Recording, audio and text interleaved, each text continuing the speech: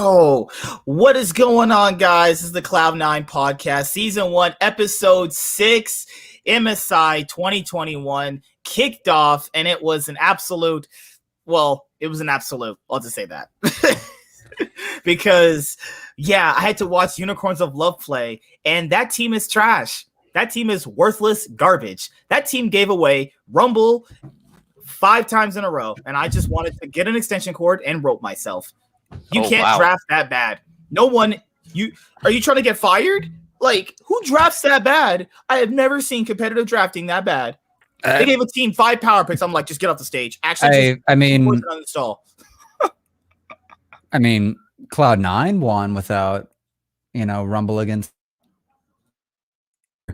UOL gets to stand on its own or fall at its own feet of not being able to beat out Australia, which I expected. I was hot on UOL, but apparently they're just, unicorns of disappointment at this point. Unicorns of loss. Dude, they literally lost to a region that doesn't even exist anymore. That doesn't make any sense. Oceania is now just run by ESL because they ran out of real options. And Riot's like, you know what? I'm gonna spend more money on skin development. Forget an entire country, an entire continent. All right, I'm gonna start self-advertising the stream. You guys just talk amongst yourself for a little bit. We'll be just chilling for like 5 minutes, and then we'll start. Okay, be like 1 second. Okay. C9's gonna win MSI 2021. You heard it here first. Warren does play, I think, like top lane. So if we actually get Warren in for the next clash, we could have an upgrade there and on at least one role. Yeah, that's true. I don't mean to smack your homie or whatnot. Oh no, I mean I feel like then in that case we'd probably replace HMS because me and Jacob usually just do all the time. So I'd prefer just to play with him. Was he your mid or was he my support?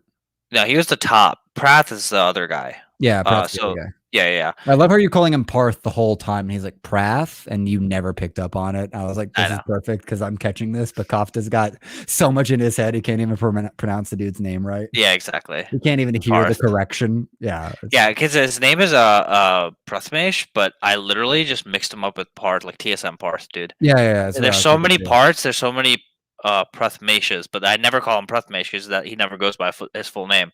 So he goes by Prath. And Prath is not an Indian name. Parth is. So I always just get those is Parth like the full name for the Indian name? Yeah. That's like the full name. So there's Parth and there's Prathmesha. And Prathmesha is a guy that was named Parth, but he wanted to be special, so he switched it around and added extra bullshit. That's my quick bit for that one. Yeah. I know that's not accurate if there's any some kind of god, some kind of like etymology, religious background or something like that. Yup. I really enjoyed that, and I was really happy on the final game. It's like, no. Kafta, you created this. You're running this. We play around you. And I went back and looked at the damage graph like right before the stream, and you were like 38,000 damage. Yeah, and that's not how I like to play Clash. Clash is like I do that in solo queue, just play for myself and only for myself. But in Clash, I like to generally try to get like everyone involved, otherwise everyone just getting shit on by their jungler and no one's having fun, last game I was like, fuck it, I'm just gonna do my thing. I like to try to remind people do like having fun, but having fun usually involves like having a plan and like succeeding at that plan or having some sort of, because there's games you lose that you had a lot of fun in because you like either had a lot of sincere attempts. It was like a very even style match or something like that. If the team's agreeing on a way to play around and they know what they need to do to win, even if it's lose their lane, you could have a very fun situation. Because I lost my lane more or less and just froze bot as Jinx. Yeah, and I'm just watching you four go off and just clap cheeks, and I'm just like, just throw a rocket left and right. I actually don't even think you're going to win that badly. What's going on? I joined this stream. We're talking about clapping cheeks. What's going on here, guys? I thought this was League of Legends. Yeah, we don't have sex here. We play League. My guy. I have YouTube, not RedTube. So, hey, I have sex while playing League of Legends. Okay, now he's just a stud. So I make love to my lanes is what I do as a jungler. You're an Italian dish and a liar. Okay. I'm Italian. What? You're an Italian dish and a liar. Hell yeah. Listen, you gotta be, but you can't be one or the other. You gotta be both. Anyway, how's it going, guys? Sorry, I popped up a couple minutes late. All good. So, who's ready to talk about this? Because today was honestly incredible. Oh, I'm ready, dude. Yeah, I got clips ready. I'm still posting them. This is just the first game. It reminded me of when they went 3-0 in 2018. You know, when they took out RNG. Oh yeah, dude, it had that. All came back. Dude, it had that energy for sure. Well, if you think about it, they actually completed a full reverse sweep. They were down 0-2, then they won their next 3, and the next 3 all 3 games they had to win. Yeah, you mean 4? Yeah, but like the ones that mattered. Yeah. Yeah, they literally had to win all 3 in a row, and they did. Which, by the way, that last game, they were definitely just fucking around and trolling. Oh yeah. And they still, like, Perks is just built in a manner that is just divergent. Dude.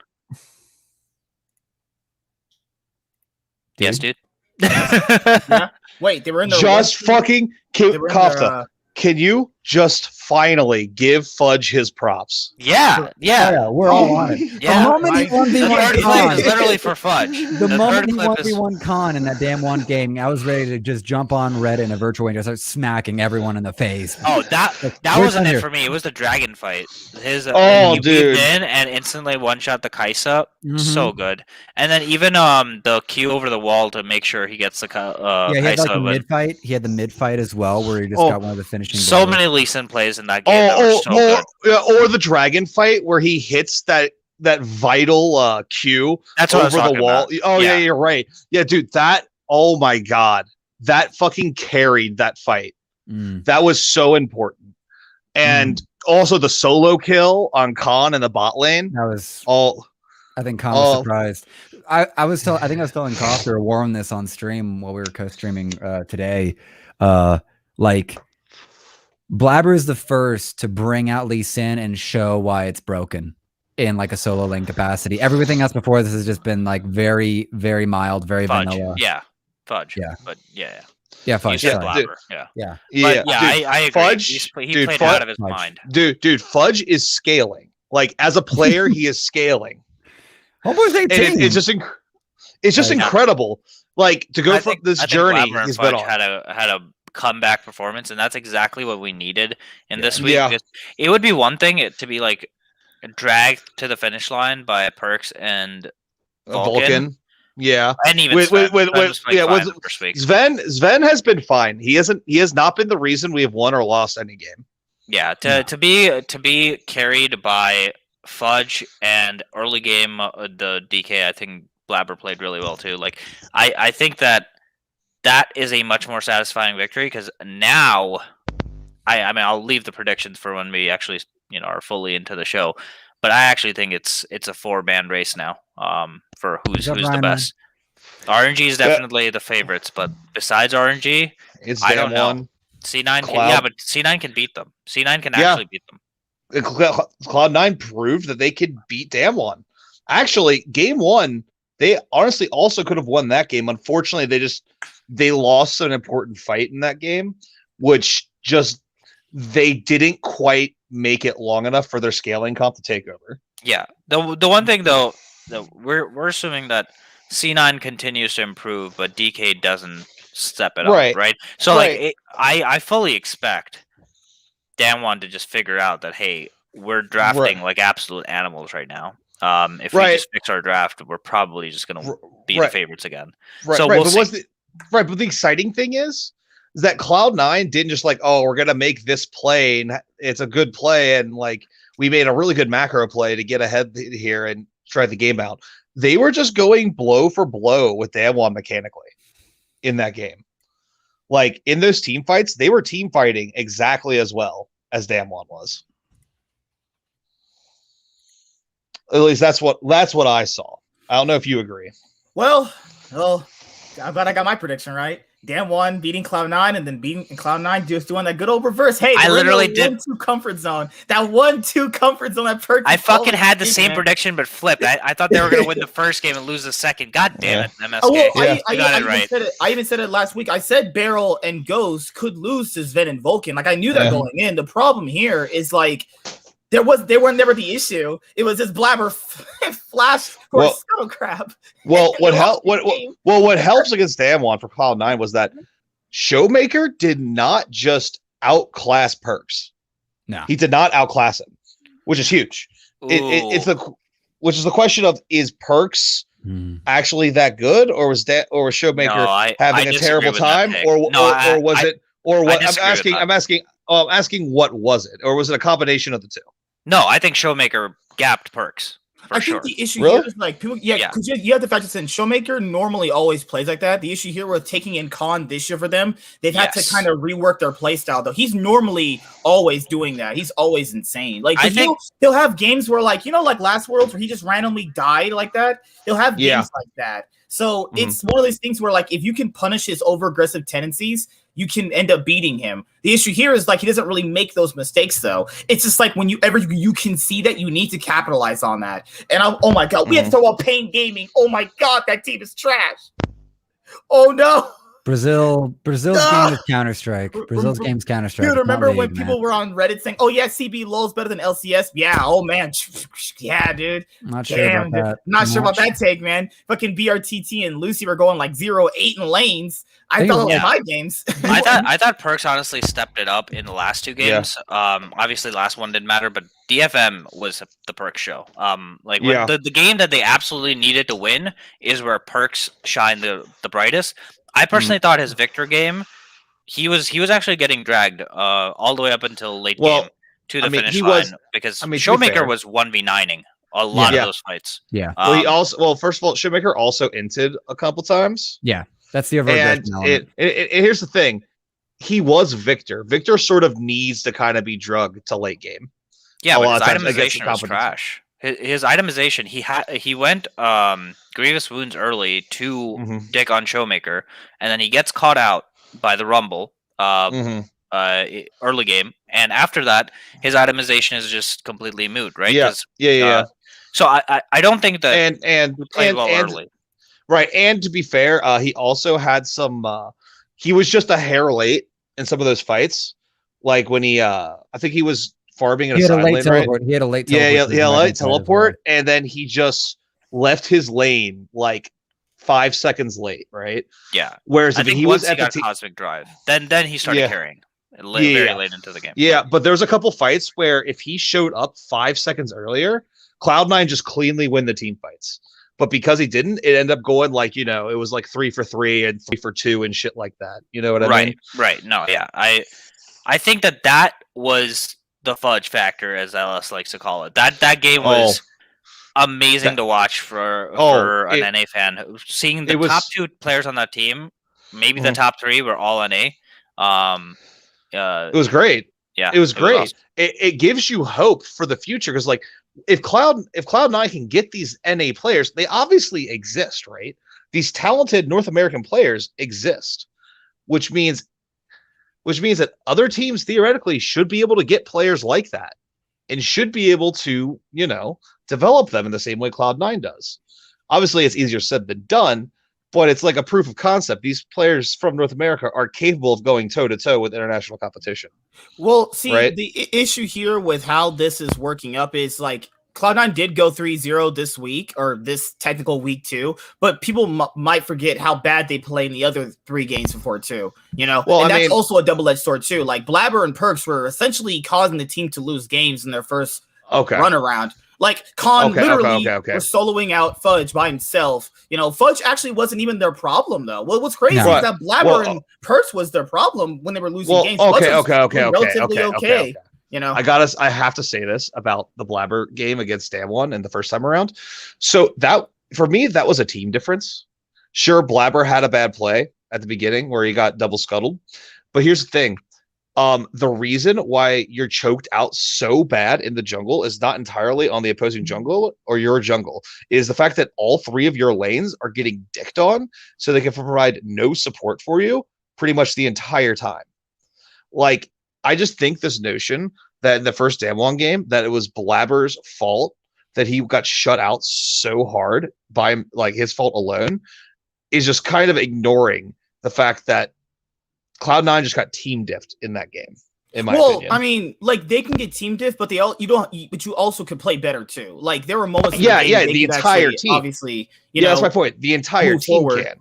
The entire team can. But I just don't. Against that was purely Blabber actually just running it down. That is just unacceptable. I'm glad he actually fixed it because that's just purely unacceptable. No one does that. No one flashes for a scuttle crab, and then they said it was Fudge's fault because he didn't push in Gnar. No, you don't push in Gnar. Who's what?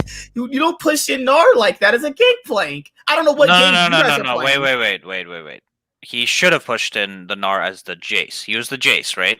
That was the Jace versus Gnar and Orianna versus Zoe. Well, he was already getting chunked out. He was already at a point where he wasn't going to really impact because he was already getting chunked out by Gnar, unless he was playing the lane extremely bad.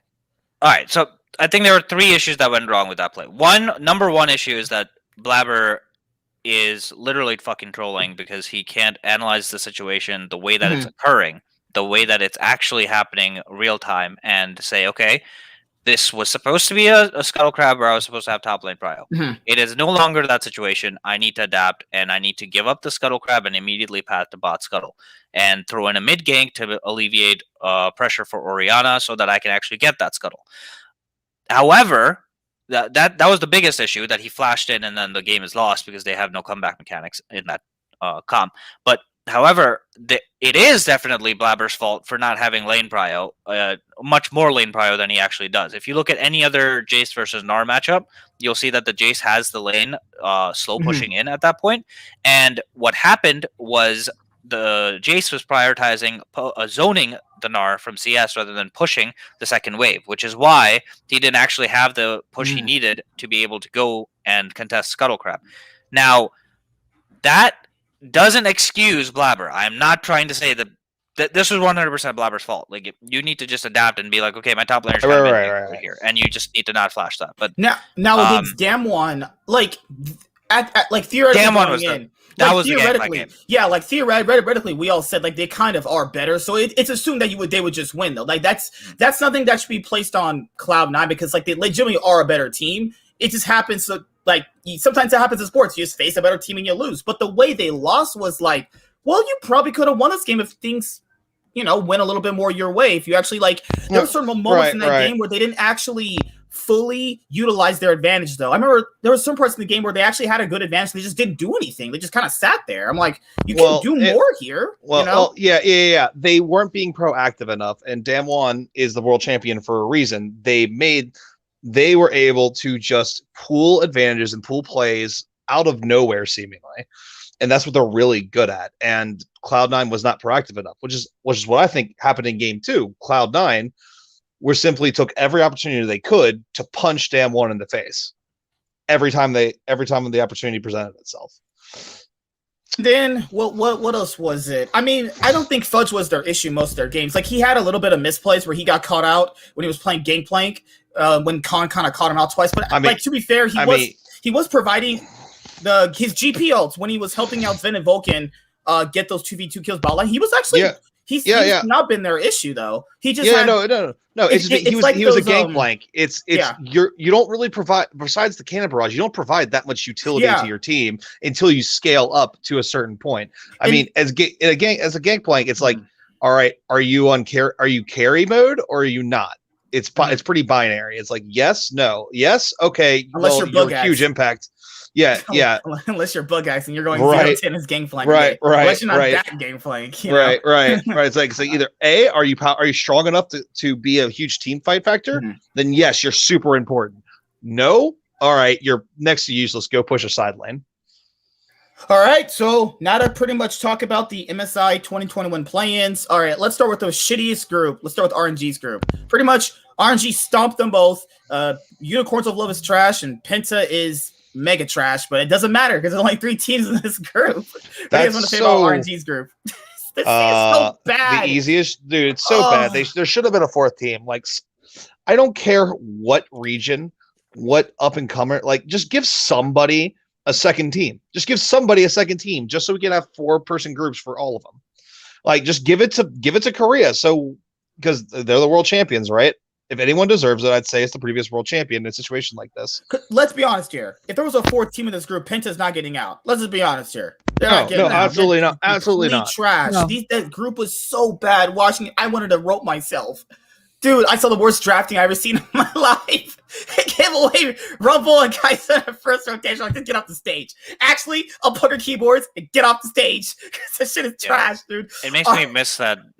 Wish that Vietnam was there. Dude, they gave RNG. They gave RNG, Syndra, Rumble, and what was it, Udyr? Like, what? Oh my god! So hold on. If Dignitas was in that group, would they got out of groups? Probably, most likely. Dardoch was probably better than all those players on that team, though. Holy shit!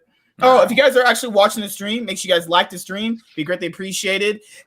Overall, I don't know. This group sucks. Like, I don't really want to talk about it. It's not. RNG really, went 8-0. We all expected that. Unicorns of Love is trash. The fact that Sheepy said that just goes to show you how much Russia sucks. If that team won Russia, I don't want to watch that region. I'm good. No, I'm good.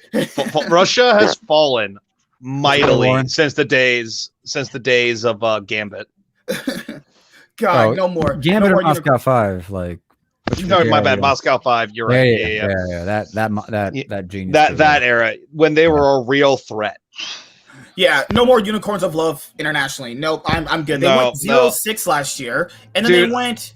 How many games did they win? They won 1 or 2, right? There is always so much hype around them every year for like the last 3 years, right? And every single time they just fall flat.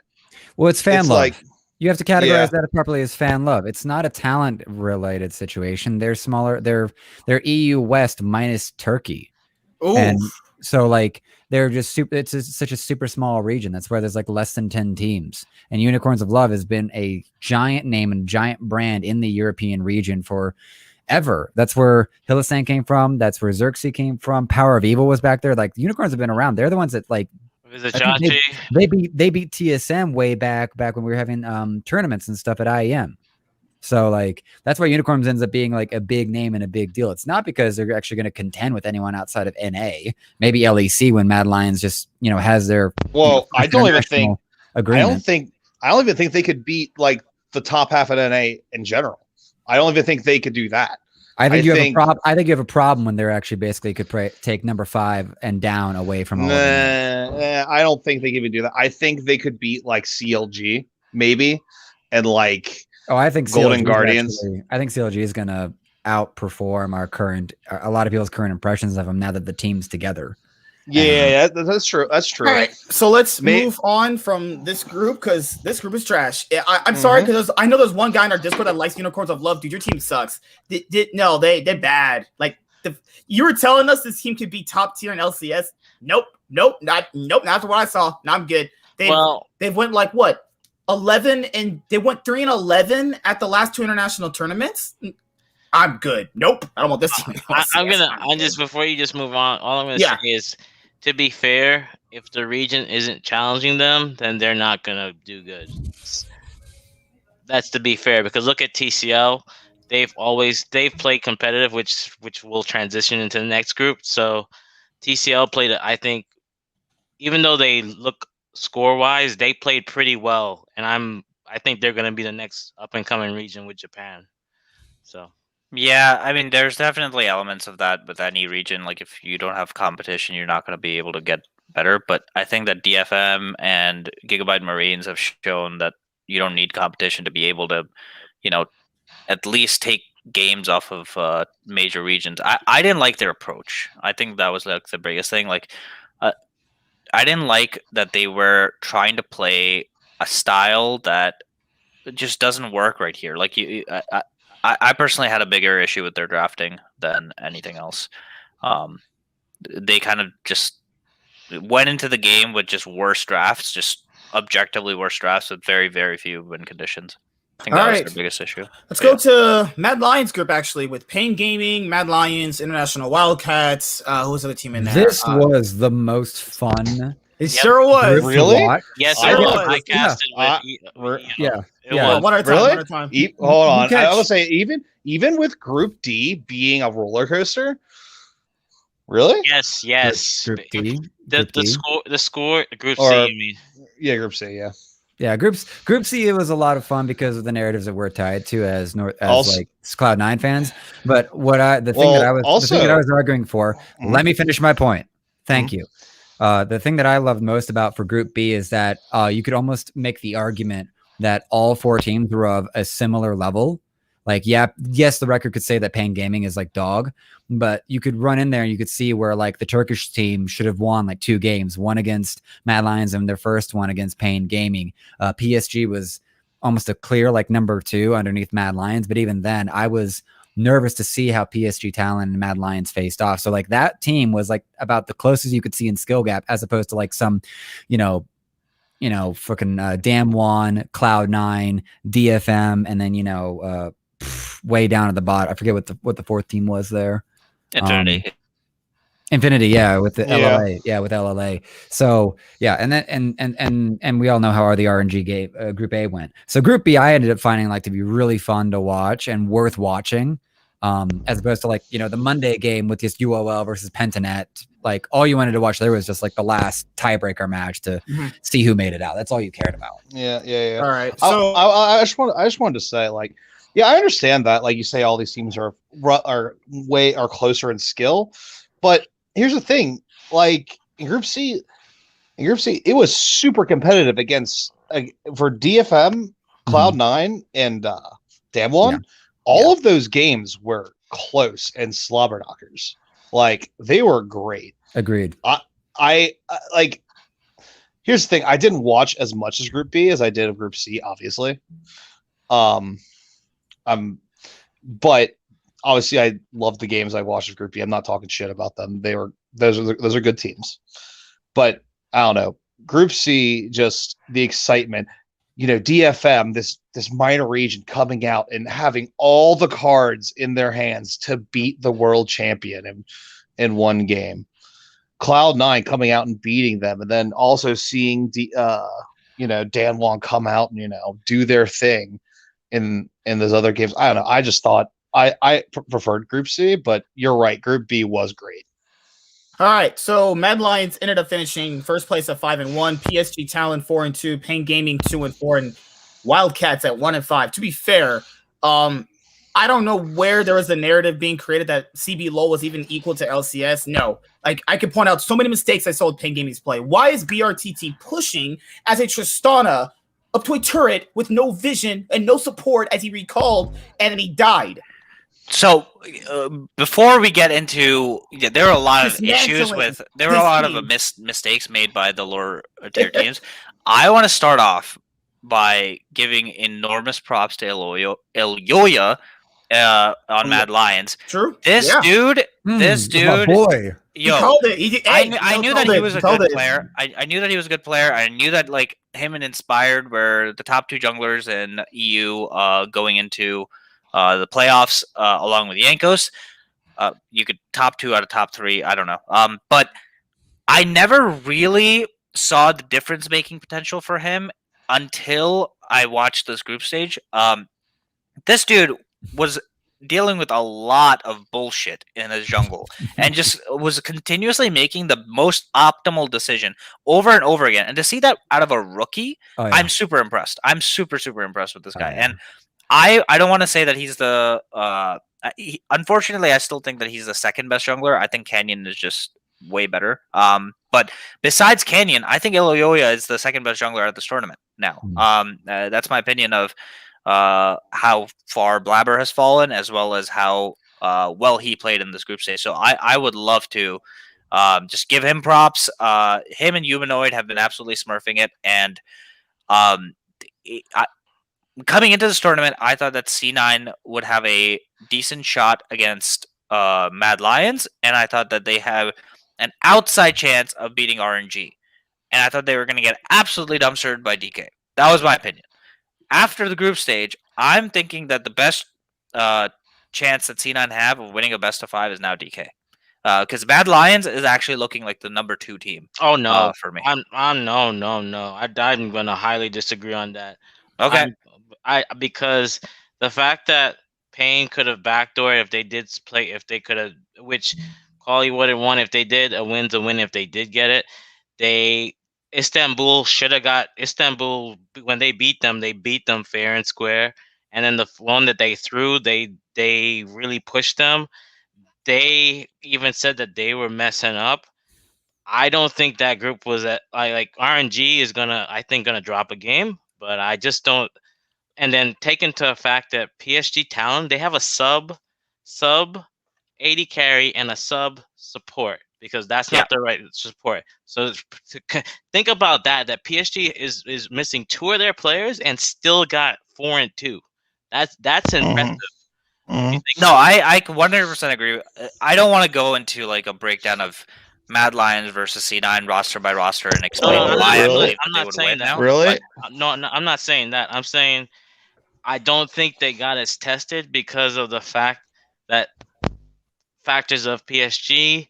Istanbul is a rookie team. Payne almost pulled off a win. That's scary to me if I'm EU. If I'm a fan, I'm just that's my eyes, and that's. Here's my question: did that happen the first week or the second? The first week, that game that was almost lost for EU, that was the only close one, and even then, do you really think that Ilyoya and Humanoid were at fault for losing the game? That would be my question to you. I didn't say it's their fault. I'm saying that they have stuff to clean up, and of course. And I'm and I'm saying that take into consideration the factors of PSG having basically 3 of their players. Istanbul did push them. That's why I'm saying the 1-5 record doesn't do them justice because Starscream held his own against Armut. I think that guy. Phoenix was good too. Holy Phoenix was good. Yeah, those. So you think both DK? Oh, sorry. Go ahead. Yeah. My quick toss, and then you take it, Koff. Like Holy Phoenix and Starscream, those get picked up next year. Like no cap. No cap. I don't think. Yeah, we'll see. I hope that they do, but I don't think that Starscream is young. Owners want to. Yeah, exactly. Holy Phoenix is old. I got a question for you guys though. After if I do yours, then I'll ask mine. Yeah. So there was the Mad. So like none of the Mad Lions games were super clean though. Like there was the game they played against Turkey just yesterday. Remember they were at the Baron and oh my god, the support this leads in Turkey's team walks up and just dies. Like what? Is this competitive win trading? Like I swear some of these teams are literally greasing, man. Like this actually I'm not saying Mad Lions are bad. I'm not saying Mad Lions played bad, but they definitely didn't look clean in a lot of their games. A lot of these games were like 40-minute back and forth games, though. There were moments where they could have won. Remember the inhibitors all respawned when they were about to end that game? I'll summarize this. I just want to say, because his point leads into my question, which is it's related. So, given all of that, I didn't think Mad Lions looked particularly clean as well. If you're an EU fan, are you kind of worried going into this knockout stage or to this because here's the thing, I actually want to talk about comparing NA and EU because listen, the Cold War is over. It's warfare. Lost the war. What are you talking about? UL lost the war. This is NA versus EU now, baby. Yeah, I know. I got you. This is like I said, this ain't the Cold War anymore. It's real now. And here's the thing: do you feel better about Cloud9 or Mad Lions going into this additional group stage? We can save it. We can actually save this. What's up? We can save this for after we go actually through the entirety of Group C. But it's something I want. We should probably think about because we should talk about it. Because toss in the back of your head. Well, it depends. Yeah, back of your head. Keep this in your head because we should. It's one of those things of like, who looked better in their wins, Mad Lions or Cloud9? That's because like they looked pretty. Because Mad Lions only lost one time, but to be fair, Dave, there was games they should have lost. Those were some nail biters. Let's be.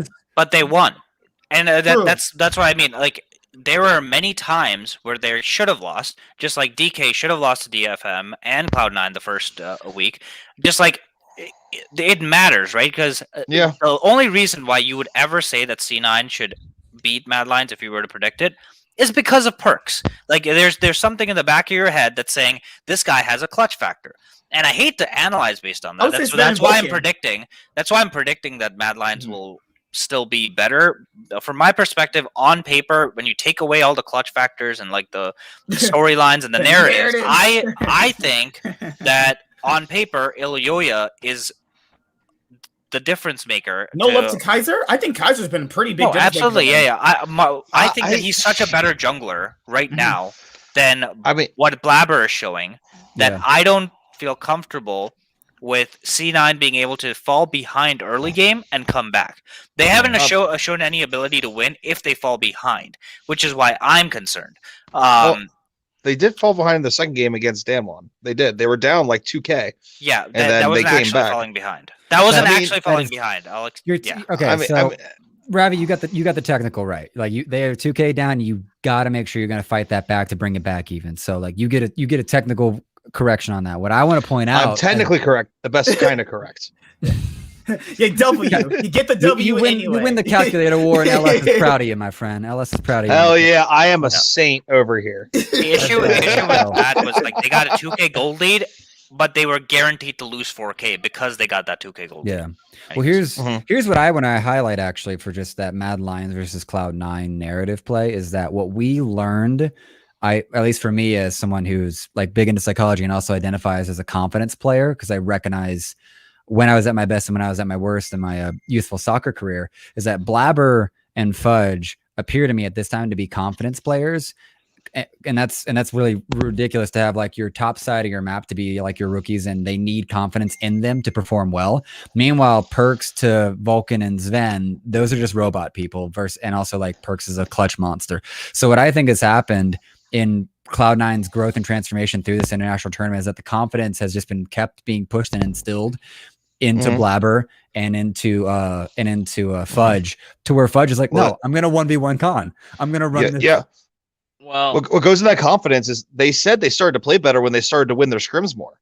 Yeah. Which honestly makes sense. If you start winning scrims, they said we're starting to win scrims against another top competitor. I'm wondering if that's RNG. It's gotta be. It's got if they're beating RNG and scrims, that is a huge confidence booster. It's like we could beat them. Yes. Why can't we beat them? Yes, if the goal of the scrims are for a stage fight. If you're having a scrim that's based around like certain play stuff like that's its own technical confidence. But yeah, them getting confidence, especially in their two rookies, especially Blabber, so he can actually be the monster that we know he is everything we need for him to properly like go into the canyon and probably eat gold. Yeah. Here's the thing: is Blabber just the NA jungle version of Caps, like in the way he plays? Like, oh no. I mean like in the sense that like he can be the best player in North America. I need a coin to when he flips up, when he comes up Blabber. But then if he's not playing well, he just ints. Sort of like, the Caps and Craps. This is how I look at him. He can do all the things he can here because to be fair, they're just worse than him. When you go internationally, that type of style that he plays already gets played by junglers in those better regions, though. So those players in that region aren't really surprised by that play style, though, at all. No, they're not. They're not. I'm just saying, like, he has a high variance. Yeah. It's generally good, but he has variance. That's because of the aggression, though. That's his edge. And if I've already been facing that in my region, that's not an edge for him anymore. Then you already lost your edge. You're basically just a normal jungler at that point. I disagree with all of these takes, by the way. I'm going to wait until everyone's done. But my take, I don't think it's aggression. Yeah, I think this is Warren, get in here. Go. Yeah, go ahead. I'm sorry, Warren. Hold up. Which way? I was going to say that a couple things to factor in is that NA for the first time at an international event played NA in the second week, and it worked. Like, I'm tired of international events. Every time they're like, we're just going to stem away and we're going to play LPL style. We're going to play LCK. And look how that happened the first week. They played scared.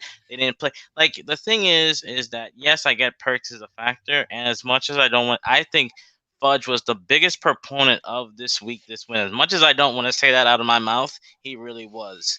like he really was today. I have to give credit to the guy today, like Stephen A. today. Now, in the comparison about, I've always looked at Blabber like the NA MLXG. MLXG, when he played with Yahoo and Uzi, this guy could be MLXG, but then MLXD one day. Yeah, and he had a really good career. And if you look at that's the comparison. Yep, that is the comparison. That's who I see. All right. It's just okay. Give me 2 minutes. Go ahead. All right, you have the stage. So here's the thing about Blabber. So here's the thing about Blabber. You wanted the stage. I'm just giving it to you. There are. You can summarize his playstyle, what Warren said, which is MLXG, which is you're going to get one thing out of him every single game, which is aggressive play for every single objective tendency. He does not like to fall behind. He's going to go for every single fight he possibly can, and he's going for the right fights. The issue is that if you don't draft around making that the primary factor for your early game, he's also going to int it every single fucking game. There is no variance. He's going to do exactly the same thing every single time. And it's whether or not you draft to him or not. And that's what I saw going from game 1 to game 2 to game 3 to game 4. They just played more and more and more early game enablers like Renekton and Lee Sin and all of these picks that are supposed to fall behind in the lane and enable Blabber to be able to get through the early game and create leads for his side lanes. And I loved it. This is like the complete package when I like to see a coaching staff for an NA team go internationally. I equate it to whenever we see teams that take their junglers for a walk when they're underperforming and scold them for doing something that's wrong. Rather than that, C9 doubles down on Blabber. They double down on him and say, okay, you're not performing very well right now, obviously. We're going to draft around you so that you can carry. Like, there's no other any team that has done that in the recent years. And I'm so happy to see C9 do that. Warren's absolutely right. We played NA.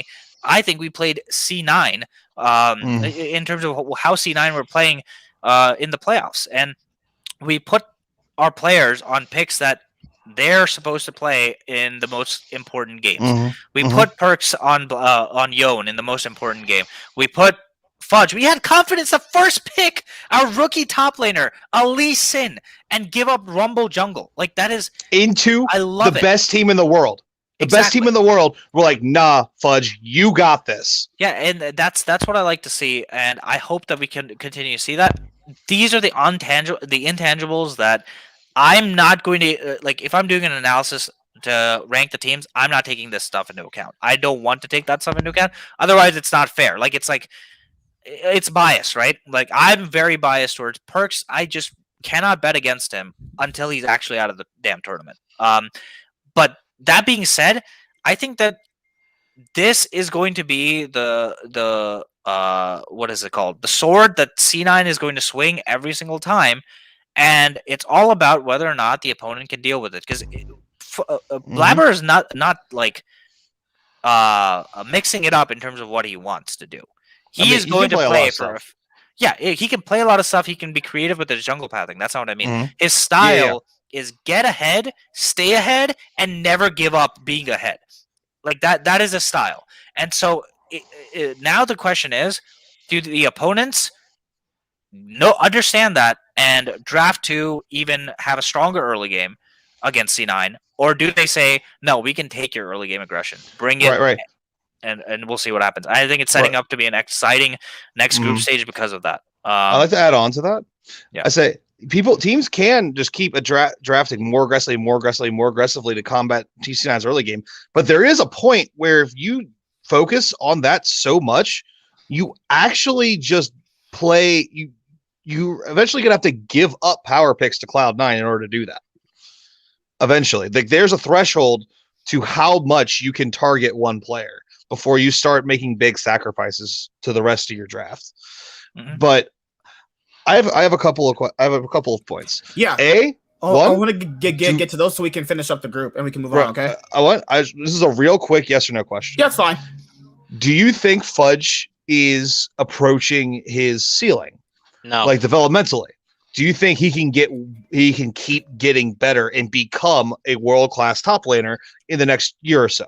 Yes. Yeah. And two, and here's how I see the Cloud9 versus Mad Lions thing. I think if Cloud9 is if Fudge and Blabber and Perks are online, I think they beat Mad Lions. But if they're not, at the top of their game, as sometimes they're not, sometimes Perks is just not playing super well, and same with other two players, then they probably aren't going to beat them. But I see Cloud9 ceiling as higher than Mad Lions, but they could also play worse. I don't know if you guys agree with that. Yep. I agree with that take. See, even with Mad Lions and Cloud9, even though people have been praising Aloye and Kaiser, on social media, Armut's been putting in a lot of work, man. He's been just about as good as Fudge, though. This is gonna be a spicy matchup when they play against each other. Yep. Then that's another. I give the edge to Armut there. What's the humanoid getting soloed by Tinones? Was that the? Was that happening? He did have one. Yeah, Humanoid did have one point where he got soloed. It was Syndra Lucian, I think. You're right. Yeah, and he just overextended. He just brain fart. What really sealed me off of Pain Gaming before we finish off this group is they were 5-0 ahead, diving Mad Lions, tearing them apart. 15 minutes into their game, where if they won that game, they could have had a shot to get out of the group, and then they just threw it again. I'm like, just get off the stage at this point. Just leave. You guys suck. BRTT is like 4-0 on Jinx, just griefing every laning phase. Like, I don't know, man. What do you guys think they need to improve on if they want to actually do well at international events? Well, don't let your coach leave or get fired before the international event. Yeah, that's a start. Okay, okay, we got good stuff here. Keep going, Warren. Okay. I can run the ad from there. I can run the ad from there because I actually got high confidence in at least 10 owns. I think BRTT is just placeholding right now. It's not like he draws a Draven ban just because he's popular and well known for that. But even in just the one best of 5 I watched in their run through the playoffs, it was not a Draven that took over like we would think of, like, I don't know, classic like sneaky dunking on double lift or something like that. BRTT is not an AD carry that like takes over a match. No, he's not. Well, here's also the thing. Here's the thing. Aaron Solomon said, should we have the conversation between Kaiser versus Volson? Kaiser. Wait. This is Aaron. You're fucking right. Oh, my bad. I'm just looking at comments. Kaiser versus Vulcan.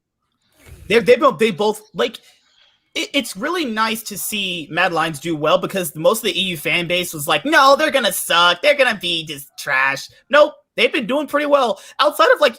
Even Humanoid, even with some of his off performances, to be fair, they weren't that bad. They've looked pretty solid. They're not a bad team, which is going to be pretty interesting going into their matchup later on. All right, so that's pretty much it for Group B. Also, I'm really proud of Maple. I'm proud of Maple for going back to the LMS region and winning. He had a great performance this past week as well. But now for Group C, Cloud9 get their revenge. Can we have a eulogy? For what? Can we have a eulogy for Detonation Focus Me? No. Because, dude, they brought so much excitement to this group that wouldn't have been there had they just rolled over like their minor region status suggested they should have. You know what C9 could have did? They could have just picked Lissandra. Could have won these games. Yo, Detonation Focus Me legit played well in their wins. They really did. Like, I'll add for you because the fact that Detonation Focus Me also took Dam 1 as far as they did and clunked on us Cloud9 that was flopping. DFM and Japan are showing that like their proximity to Korea and China is affording them a lot of good competition time to actually develop themselves out and do more than anything Brazil or Turkey or Russia could actually do, unfortunately. So I will find a lighter as soon as possible. I don't want to light them eulogy because they might take that as inspiration and come back way stronger for Worlds, and I'm really worried that I want to see it. They're going to knock our number 3 team right out of. Then we deserve it. Then we deserve it. So let's finally get on to that group now because Cloud9 took down Damwon Kia. Perks finally got his revenge against Damwon, and it was a pretty interesting game. Like, to be fair, that best of one they played today was one of the most interesting best of one so far this tournament. Oh my god, that game was insane. Yeah, like it was back and forth. Every single team fight was a bloodbath with at least 3 people dying. every single team fight. Yeah. Like, Kafka's got clips for this to run it, actually. Kafka, you want to take the lead on this? Yeah, the three most, I thought the three most pivotal first one, clips. right? Yep. Okay. And I don't know if you guys remember me sharing a clip where Blabber paths towards topside in the finals against Alfari and avoids every single ward. Yeah, so this is the same exact type of clip. If you want to share it. Yeah, top of the private chat.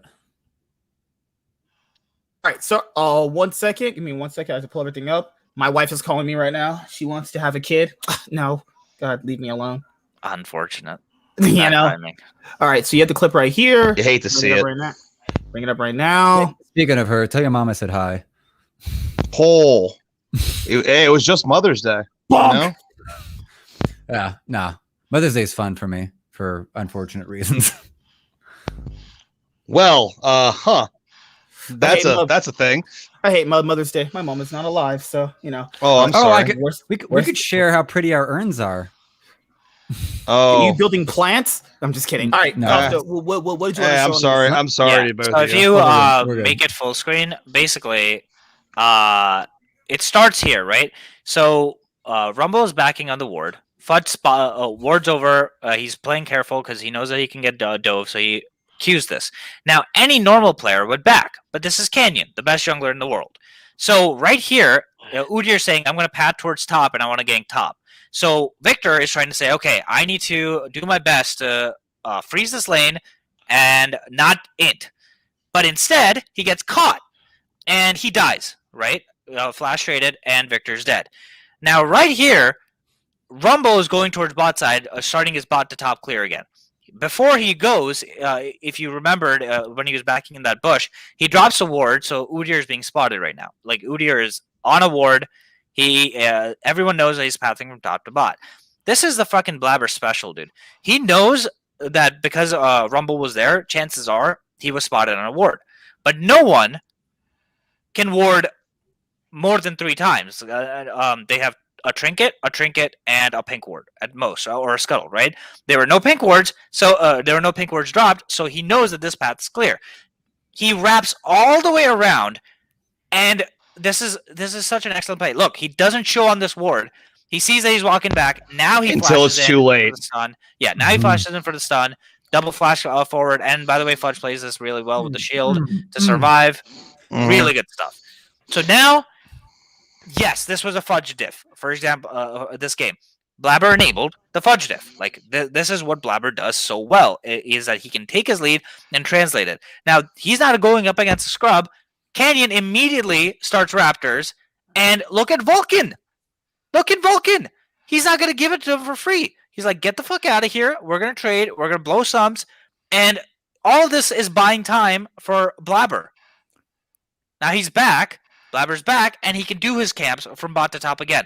This prevents Rumble from immediately getting a back, or right after Raptors immediately going to his top side. It staggers the recall so that Blabber doesn't fall too far behind. I just wanted to highlight. You can pause it now. Yeah. This is such an important play. Every single person on Cloud9 played this so well. If Victor doesn't die mid, this is actually just like one of those game-losing plays for a damn one. That's how well C9 played it. Right. And some people would say, oh, but that play, they didn't even blow out. Did they actually blow a summoner? I thought he just kind of walked out. But regardless, people would say, oh, no summoners are blown, no kills were happening. No, what's important there is that Canyon lost time there.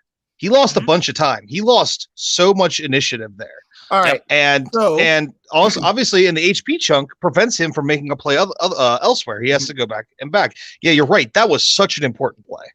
It was so important. As most people always say, you know, we have to talk about drafting. I love talking about drafting, so I brought up the game against Cloud9 versus Day to focus me. As we've been doing pretty much every single week, we've been running down at least one drafting phase to see what more or less so what you guys would take. Would you ban? Just real quick, do you want to share the other 2 clips, or do we want to just jump into this?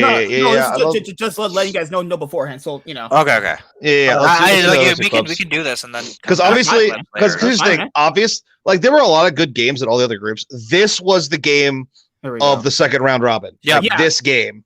Because if Cloud9 didn't actually win that game, they wouldn't have got out, which is kind of stupid to be. Well, no. They would have ended up 3-3. They would have at least had a tiebreaker. No, they would have been 0-2 against DFM though, so they wouldn't have been able to get the tiebreaker. No. Wait, I'm talking about if they had lost against Damwon. Oh yeah. They lost against Damwon. Yeah, they still have the tiebreaker match. All right. So what's in this one? So this is me highlighting that you can't expect this to always happen. This is the element of luck that C9 had to come back into this game after they reversed through it. Remember, Victor's ahead, and Showmaker at this point might be down 13 CS, but he is smurfing in terms of the itemization, what he's building. Like, Victor is useless against anyone but Silas right now. So when this play happens, if Blabber isn't there to get the double kill, you can roll it. If Blabber isn't here to get the double kill, this is another one of those games where you just lose Dragon, and you probably lose the game. That was such a good double stun by Perks, by the way. Yeah, exactly. It was a very clutch play, and there was definitely elements of luck to it that Blabber happened to get there. He could have easily been pathing top to bot. Well, hold on. I think the whole reason Perks was up that far is because he knew Blabber was right there, to be fair. Like, I'm pretty sure that was a thing, like, hey, if they initiate on me, come here, because if they initiate on me, we can fight, we can get the double kill. I'm pretty sure that was part of their game plan. I'm pretty sure Perks wasn't just mindlessly coming up in lane. I think that it was insane pathing by Canyon because he should be bot side and Blabber should be top side. So I don't think that Perks expects Canyon to be coming from top side because his camps are spawning bot. Yeah, if anything, that's a last second salvage play. If anything, that's a last second salvage play where Perks is probably far too up on the lane to begin with. Well, I'm just saying that before that play even starts, before Damwon even initiates in that mid lane, Blabber's coming straight for that mid lane. Like, he's coming directly towards there. I'm pretty sure he's going to Rift. No. Before that, if you go before that, before the play actually starts for Damwon in the mid lane, just hit my link again. It'll take you right to where you. Yeah, hopefully. I'm pretty positive. Like, yeah, he's in the topside river, but he's going towards Perks, not towards the Rift Herald at that moment. Okay. Maybe. If he is, that doesn't make any sense because he can't actually get a playoff, but I think it was I think it might have been just a bait. Maybe you're right. Oh, ads. They're ads. Don't you love ads? Yeah. Anyways, once we review this, we can go to the play where I think Fudge actually just diffed. Yes. Hold on. I'll go back. Back it up by like 5 or 10. Back it up by 5 or 10. Mm-hmm. Just left arrow. Just left arrow. There you go. Right here. Just go from here. So this is where I think that you should be as a new deer pathing from top to bot, and Rumble should be bot side. Like that's up right now. It doesn't really matter. We all know for sure before hearing the brain check if they were actually planning to bait that or not. Yeah. We'll find out in the coming days because Cloud9 always releases their comms and they'll cover big plays like that. Yeah, I would be very surprised if that was a bait because expecting that is god tier because it's like playing poker and expecting your opponent has aces in when you flop aces, like expecting that he has a quads, like that shouldn't be like what you expect. You know what I mean? Like I mean, but yeah. So the best poker players in the world do read that though, and we are talking about some of the best players in the world. I don't know. It could go either way. Maybe you're right. Maybe it's not. Regardless, I think it's still there's a little bit of luck, but Cloud9 still executed on it to get that double kill. Yep. And then the third clip is literally just what I am so excited about. The first two clips, I'm just like, okay, this is being opportunistic. C9 is doing what they need to do. I can see the first two clips as being somewhat repeatable. I see Blabber as being able to path like that every single game. This clip is what gives me so much hope because this is pure in the moment mechanics. Look at Fudge and the way that he plays this team fight out. Because this should be a lost fight. So right now actually Victor is still heading out topside. Tristan is completely zoned. Fudge is sitting in the middle of the dragon pit. He's actually fighting it out, just focusing on. He takes out the Rumble, or at least helps take out the Rumble. They come back in on to focus on Showmaker. Shock Blast takes out Alistar, and then he just makes a beeline. Blabber, goes for the carries. Where is Leeson? There he is. Connects the Q, runs it, and just starts going for the double kill here. Oh my god! Here it comes. The fucking dude. Amazing, amazing awareness. And now Sven can actually live this if he doesn't get hit by that. Yeah, if he get backing up there, he's fine. I mean, if he doesn't get hit, but we are talking about Showmaker. There was something here too. Such a great play. There was something here I noticed when I did that this was actually going on. Sven, look at what Sven's doing. He kind of just gets out right here. And he's kind of not autoing for a while there. Yeah, but exactly. Because it makes he sense. W's to dodge the Everfrost. He W's to dodge the Everfrost. Right. The thing is, he could have walked forward and then jumped out later if they jumped on him. He should not. He shouldn't have jumped that early. There was a rumble equalizer here too. The people need to. There was a rumble equalizer here. Yeah, that's the whole reason. That's the whole reason he jumped out. That's the whole reason he jumped out. Yeah, he jumped out to make sure he jumped out and dodged an Everfrost coming out of Showmaker there. He wasn't even burning from the equalizer. So he was actually perfectly fine there. His positioning was ideal. The Everfrost gets channeled out of Showmaker. He W's out, but if you'll notice, while he's not obviously optimized in his positioning to constantly be putting out DPS, he's still in range of Showmaker and still threatening Showmaker over the ridge. So when he finally comes back in, the only misplay I see out of him is just pathing into the second Everfrost that Showmaker throws at the end that kills him. Exactly. By the way, huge perk of Tristana. She actually can still deal damage in that team fight being over the wall because it's Tristana. Yep. All right, guys. Range gap. What are you taking? Is the draft ended up with C9 or Dead Age coming better? We'll see. All right, so that's DFM side, right? No, C9 side, they take out Gnar, Urgot, and Udyr first rotation. They first pick. I like it. Focus Me band Renekton, Lee Sin, and Senna outright. I love C9's bans here because you're really just looking to enable Fudge in this game. You're really just looking to enable him because he took pick Scion, right? You're just getting rid of all the pick. You're playing for the Yone. You're taking away the 80 tops so that you're forcing them on something that you can actually put Scion into, and you're picking the Morgana over the Rumble because of the Black Shield for Yone. Right. That's what I meant. I was sort of spaghettiing out of my mouth there for a second. Yeah, you're both right. Yeah. You're agreeing, the whole point is that you get the Scion and you make sure the Scion is fine, so you can just hyper funnel the Yone. Because if you don't have to worry about Fudge in the top lane at all, well then fuck it. You can hard focus on mid lane. Yeah. Yep. That's the ideal play with at least with the Urgot and the Gnar bands, because that just means that Fudge gets punished less. And then this is the only time like Blabber, I think this is one of the few times we see Blabber on one of the two OP AP junglers and Morgana or Rumble. And the only reason he plays Rumble he played it last week. He played Morgana last week. Yeah, in the first round robin, in the third game against third game, yeah. Okay. But either way, yeah. So Koff has definitely got a right to just put the Black Shield on the Yone. And you're sitting there again with, I think this was run earlier where it was Black Shielded it was an ARAM. That's the trauma in my head. Okay, it was a Black Shielded Rengar that ate my ass. Oh my god, I'm sorry for your loss. And DFM is also playing this draft exactly correct, by the way. You have to pick the Tristana because if you allow the Tristana flex, then you're in even bigger trouble. Now, right here is where they should have banned Yone. Because they're thinking you should be thinking about what 80 mids. Man. Lucian has to be Lucian and Yone are the two that you probably want to be banning.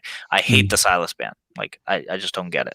There's no way that'd be placed. I contend that they actually put out the Sylas ban because for most mid laners, I think I've heard this on interviews. The moment a Sylas player sees an Alistar, they're like, "Give me Sylas. I don't care about the rest." Well, that's and fair. Rumble. A Sylas with Rumble ult is just a better Rumble. Yeah, that's fair. I mean, true.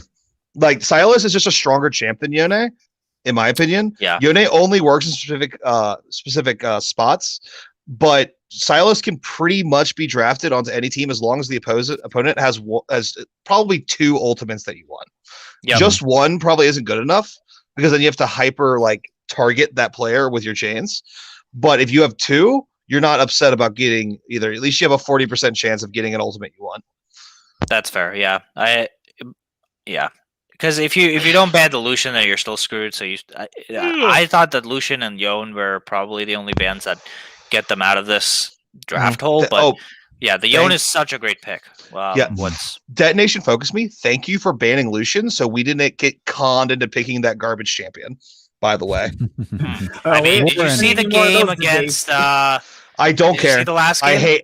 I did see the last game.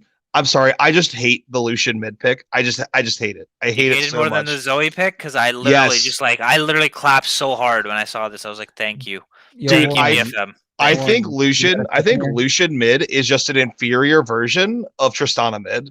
by every conceivable metric. Yeah, I do. Warren, step in here, man. Step in here. Warren, get in there, Warren. Get in that ring. Get in the ring. My oxygen is too precious. I'm good. I'm sorry. Every time Cloud9 drafts Lucian mid, except for that last game, which was a troll game anyway, I fucking hate it. Seems like they never fucking win on it. Next, I'm good. My oxygen's too precious right now. The Sat pick was really good. The Zoe pick lost in the game, but yeah. I mean, they picked Zoe because Arya is like that's his best champion, right? They're in a do or die game, and they're just like just give our mid laner his best champion. So that's why I can accept it.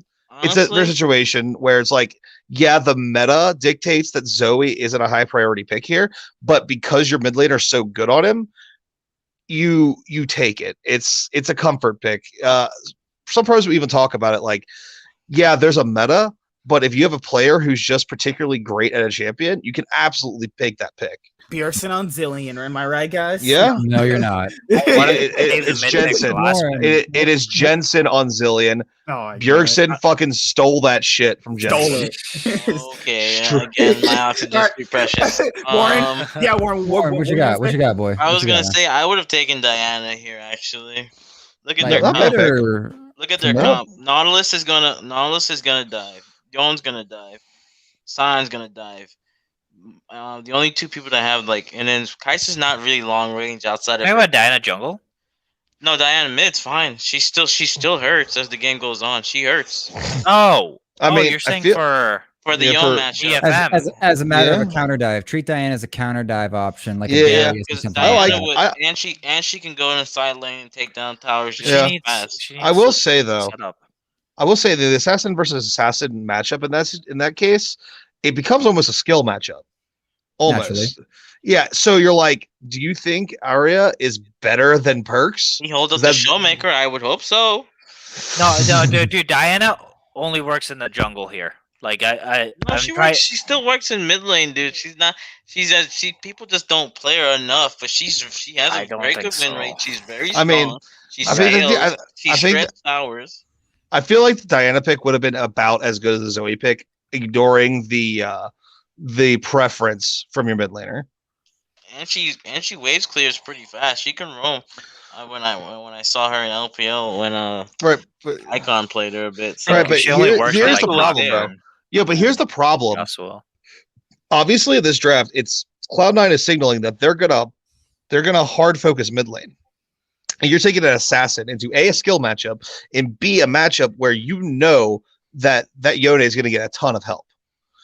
And I feel like going into that aggressive counter pick, you're sort of putting all your eggs in one basket. Where if you pick the Zoe is still has a bunch of utility, even if she's behind. More importantly, she has wave clear. All right, who won the draft out of this? Who do you think has the better draft? Both. I think both teams got exactly what they wanted. This is a rare situation where both teams went to the draft with different plans, and they got exactly what they wanted. I like it. I like it. All right. With that, Dennis should focus me is out of the tournament, but put up a really nice spot.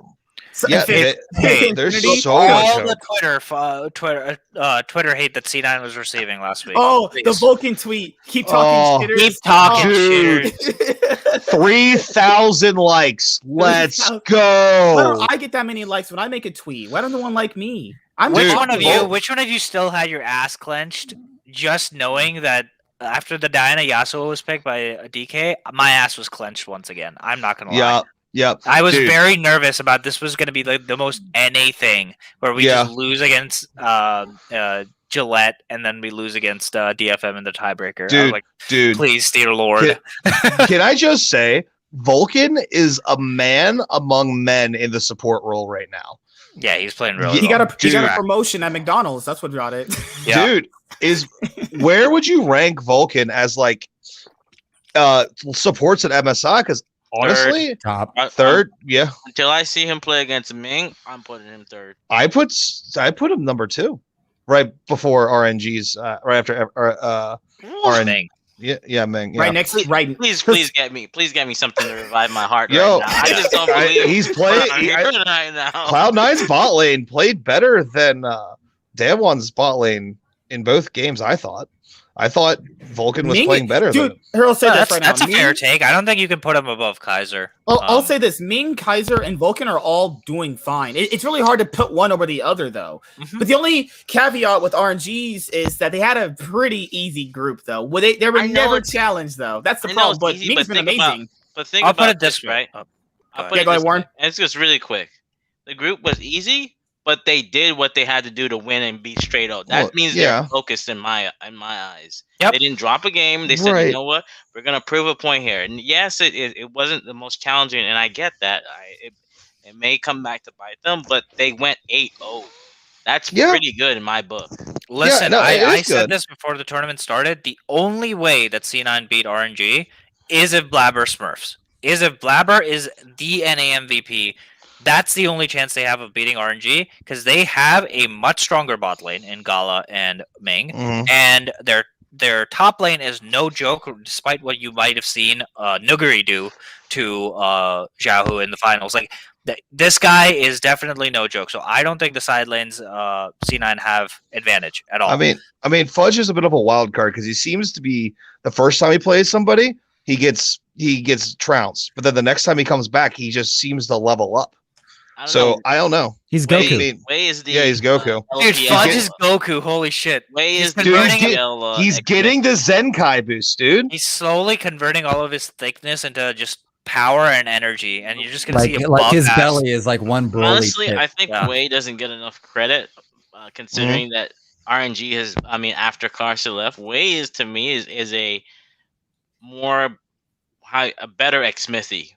Like Wei. No, that's exactly it. But don't you think that Blabber versus Xmithy is a matchup that you think that if Blabber is popping off, that's like a carry? It would go like if players like Xmithy would neutralize you, so you're not really going to be getting aggression, though. See, this is why I always thought TSM beat Cloud9 in the past. It's not like Cloud9 had substantially worse players outside of like maybe a few roster iterations. It's just the style that Cloud9 played would always just get neutralized by TSM. You know, so that's what I would think about Blabber versus Wei. I always thought it was a Bjorkson thing, honestly, in Cloud9 versus a TSM. I thought it was always the Bjorkson difference. Stopwatch, you know, that's a thing too. Yo, he's never gonna live that down. But also when they had double lifts, the double lift because I remember back in the day when the first time that TSM had double lifts and Bjorkson, it was like basically at the height of their ability. Basically, I'm pretty sure it was 2016 was the year that the first time they had. Yeah, this is summer. Yeah. I'm pretty sure that was like the peak of those two players. Yeah, I just brought that up as an example. Like you can have a team that's really good at exerting aggression, but if there's players that just neutralize all of that and then play their own game, they're gonna also be in a winning spot too. Also, going into the Rumble stage, guys, let's predict some of these games because we got some bangers. Cloud9 plays twice on day one. They got Perks gets to have his little rematch against RNG after knocking them out in 2018. The first matchup, who do you guys got? A banger. Damwon versus RNG. I'm going RNG, baby. Let's go. I'm going Damwon. All right. I think Damwon. Where's a news? I need it from my right now. Damwon Gaming. Damwon Gaming is still Damwon Gaming. They didn't play the best in this first round robin, but Korean teams have a tendency to not play up to their ability in like the group stage the first time around, and then level up for the next round. I have a reason for what I said. All right, so I'm saying RNG. Kofta, who are you saying? I'm saying RNG. I'm saying RNG. EO? Who you got? Sorry, they actually got this out finally. Yo, I'm the only guy betting on the world champions. Are you kidding me? Once EO finish, I'm trying to actually like look at it instead of having it run around. So this is day one Rumble. These all just came out. I'm gonna give it to Koma. I'm gonna go Damwon. Damwon? Okay. I'm going RNG for one simple reason. What I saw in the LPL tournament really impressed me. How they dropped down, and adapted. And for a first-year top laner in Xiaohu, and let's be honest, LPL has the has probably the best top laners in the world, no matter to me, and the fact that they played so well and adapted. I think that's what I think their adaptation in draft, and I think people have Gala really underrated, and that bot lane is going to be really hard for really. If Ghost and Barrel were almost killed. No. You think that Gala's underrated? I think in the tournament, I think people look at Kaiser Karzi. I think as an 80 carry, not as a bot lane. I think as an 80 carry, he might be under. I didn't know that. I don't follow Twitter shit, so I didn't know that. Like, think about it. This guy is in the shoes of Uzi. Like, no matter what. Gala and Ming are the best bot lane in this tournament, 100%. Right. And that's how I agree with that. And their adaptation, and Crying is like a better Doinby, to be quite honest. Oh, no, setback. You lost me. Well, here's what I mean. Nobody is better at being Doinby than Doinby. What I meant was if you put him on a pick, he does what he's not gonna lose the lane, and he's not gonna play bad. Like Crying didn't get the credit in that series too. Remember, they did, like, he played well on the Champions League. I'm not saying, but Doinby gapped him every game. Even in the games that if he gapped them in that case, then it shouldn't have been 4-3-1. Are you kidding, dude? You can't look at it like see what happened in those team fights. Like, Doinby actually played out of his mind. Like, to be fair, and Gala played out of his mind too. That's what I'm saying. Gala and Ming hard carried every single fight. And Xiaohu also came in clutch, and even though he got set behind, I'm saying the cracks that showed. Like, I was on the stream with EO. I said first week, DK had some bruises. The gods started bruising. This week, they bled. Next week, they're gonna be killed. Oh my God. No, absolutely not. Absolutely not. Three episode series. I do not appreciate that. No. I gotta step guys. Ravi, I'll pass it to you, homie. But like, Warren's got this game of predicting shit that I'm just like, that's bull. But at this point, I'm like, my man, I can't test the new prophet. Like, Crumsy needs to get a new job. Yeah, I think it's gonna be a lot closer. That is his prophecy. Yes. Here's the thing. Prophet. Here's the thing. Right. I have to punch back. Somebody has to fight Destiny.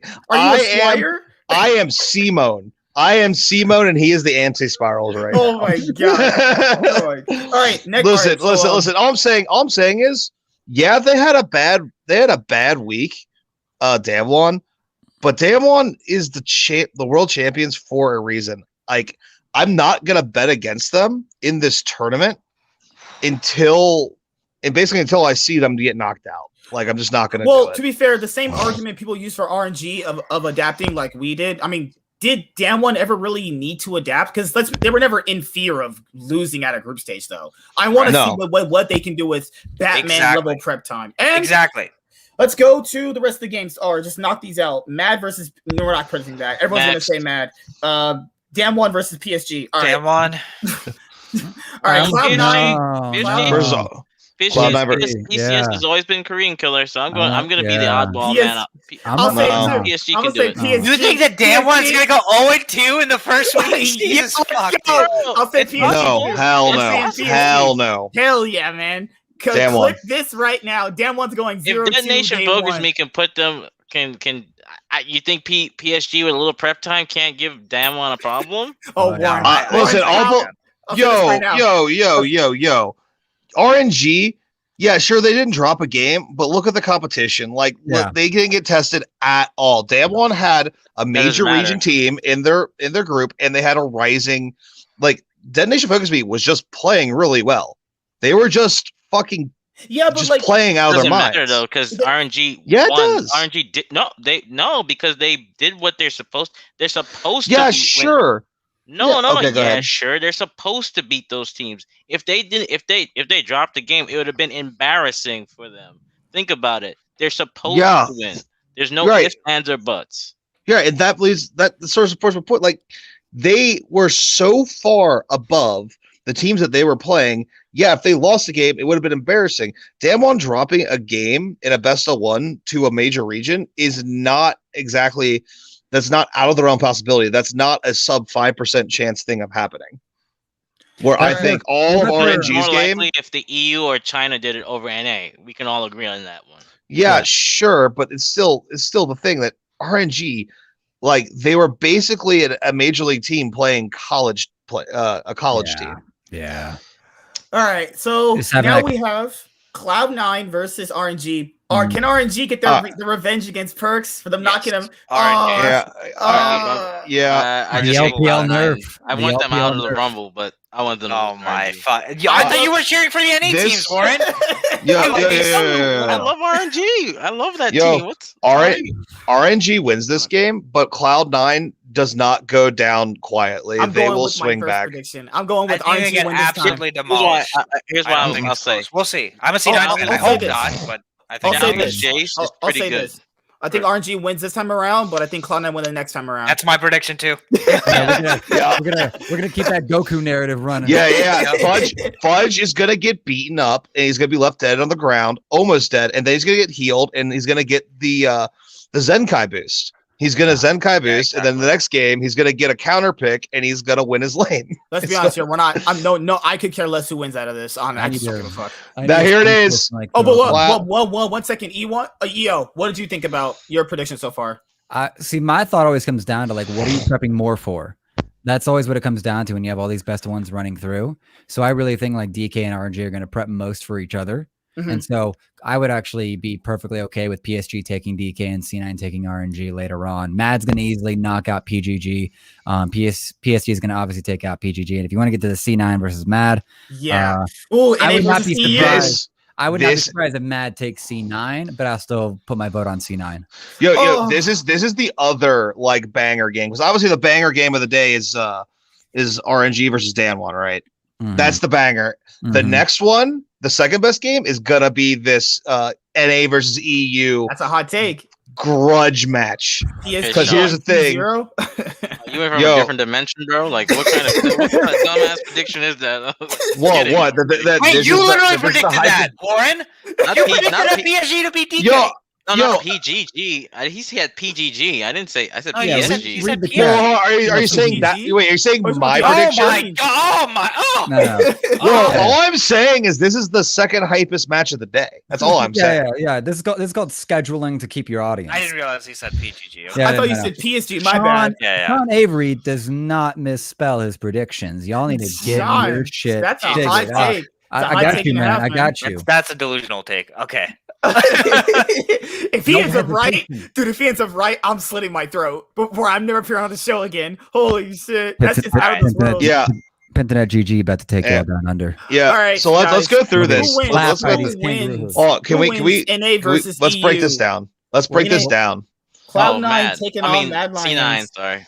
I've seen C9. Mad Lions for me. I'm cheering for C9. I'm cheering for C9, but Mad Lions for me. I think maybe Mad Lions goes into this, maybe underestimating Cloud9 a little bit. That's kind of stupid considering Perks has wrecked their ass for 2 years straight. But, right. But I get this impression that EU players just sort of look down and just don't give the respect that North American, like actual NA players, like non-imports, like actually deserve when they're actually good. I think they sort of, they obviously are going to look at, Perks and Sven and be like, okay, these two guys are legit. We have to fucking prep for them. We have to, focus on keeping them down. And I think they might just overlook Fudge, Blabber, and Vulcan a little bit. Because I just think that EU players just have this sense of superiority about when it comes to NA players. I mean, crack away with his hair. I mean, am I wrong? It seems like in every single interview they have about NA players, they never give them the credit they deserve. I mean, that's just shit talk. That's just competition, man. I would agree generally with that view of NA in terms of how the history of EU versus NA has gone, especially over the recent years, and how G2 has bolstered everyone's view of LEC. The question I want us to jump down to is what position breaks the game in said team's favor? Like we wanted to have the opening. It could be top lane, but let me set this up. I know y'all got your answers. That's what I'm here for. So you have You have Vulcan versus Kaiser. You have Sven versus Karzi. Karzi getting gapped recently. You have Perks versus Humanoid. Blabber versus Elioya. And then you have Fudge versus Armut. Where do you think the game breaks? Top lane. Perks is about to change Humanoid. Jungle. Perks is about to turn Humanoid into sub-Humanoid. Oh, okay. Warren. Top lane. Reason I say that is look at the picks that have happened. Right, we've had ton of Jace, ton of Nar, ton of the funny thing that when the Renekton actually came through, he won most of his games. So that's another contested pick because once you get the snowballing going from head, you get roaming, you get vision in the lane, and you have no problem. Depends on the team if they want to contest for Drake or Herald, but most teams are going for the Herald. Also, it gives you flexibility in your draft. The only thing I noticed throughout all these teams, every team was actually afraid, in my opinion, to play Aurelia into Gnar. So that is the hardest counter into Gnar, but it's a feast or famine lane. However, taken with a grain of salt also that I don't think some teams showed a lot of their drafts for that. I think some teams held back, like, you know what, we got out, great. Now we're going to see some, I think some picks are going to pop up too. If we saw the games that Khan won, Khan was a proponent in most of them, Xiaohu as well, Armut, like we mentioned, which if we go through each of the top Fudge this week, top lane was probably one of the most important roles between both weeks. So I agree with that. That's why I'm saying that the top lane pick matters too, because if you can handle the weak side pressure and still come out ahead, you've already done more You've already done a lot on your part, and if you are in the character Warren. Question. I got a question. The name of Mad Science top laner is escaping my mind right now. Armut. Yeah, Armut. Do you think Armut's better than Khan? Well, nah, that's not. Let's finish this off. Let's finish this exercise off here. So Warren, you got. I got the book. It's nice. It's well written. Give me that. Why does Armut like clown on Fudge and break the game open? No, other way around. Wait, I thought you predicted C9 to win. No. He asked if Armut wins, he has a bigger champion pool. Oh, you think on the Rift, like we can talk about picks all day long, but which role, if given a proactive, let's say a playmaking champion, you could pick like Alistar or even the Wukong or something like that. You're running on Armut. It's going to be the one, if given a playmaking champion, is going to basically like bust open Fudge and take over the map, right? Yes. Okay, cool. Kafta? I think top and jungle are combined, but jungle for sure. I mean, I'm a jungle man. I'm always going to predict that jungle is going to be the deciding factor because I think Elioya is the biggest differential between players skill-wise. I would see across the board Elioya versus Blabber, based on the way that Blabber is playing. Now, I'm going to be rooting for Blabber. I'm going to be rooting for Blabber to be the NA Blabber that I've seen that I thought was transcending any NA jungler that I've ever seen play, but he hasn't shown that. So I have to think. No, I don't think he's shown that. I think that he has shown that he can get caught out a lot. And I think Elioya, even though he's a rookie, has shown that he is poised and able to play with his mid laner a lot better than Blabber is at the moment. Well, so I was going to say, week one, I'd agree, but week two, today, I think Blabber showed up in the 3 games that we played today, other than game 3 today, but that was once again a kind of a troll game. I think game 2 and game 3 he got carried. I think game 1 he popped off. Yeah, I think that game 2 he died in Invade. That worked out for him because his support smurfed. Okay. I'll just say I just think that Blabber still made plays in game 2. I think. Yeah. He didn't play as well as he did in game 1. I still think that he was a contributing and valued member of the team and contributed to their win. Yeah, that's all I'm gonna say. I'm just gonna run the highlight because I actually think Vulcan's gonna actually take it over Kaiser in terms of just playmaking. Wow, and that's dude. That's at 99%. My fucking dude. Like Vulcan has yet to trip. And there's certain points where I feel like Kaiser is like optimistic in the plays, and that's where the biggest criticism you could run at Mad Lions, where they sit there with like, okay, Lewis. That's a Kappa moment. Yeah, Damn one, Kia and RNG need to find new tops before Worlds, or they are in big trouble. Yeah, Lewis, I'm gonna ignore you for the rest of my life. There is no way they can win against TSM. But that's Mad Lions' biggest issue is that when they got leads in their group, they had like 4K leads that they just like tossed. And it was off of maybe like Kaiser Engage or something like that. So I think if there's a breakout and there's a major diff in a playmaking pick that is provided to that player, it's going to be on Vulcan, and Vulcan's going to trounce the situation. MSK, take over. Right before, I have a question for EO, just based on his comment. Do you think that mid jungle, support jungle, and top jungle, if you were to take those roles, who would you give the advantage to? I would evaluate C9 as a high variance situation based on Blabber's confidence going into it, because Elio is a rock now. Like if you had to predict it now, I'm going to throw it at Blabber. Blabber's got his confidence, and Perks is not going to let him lose that.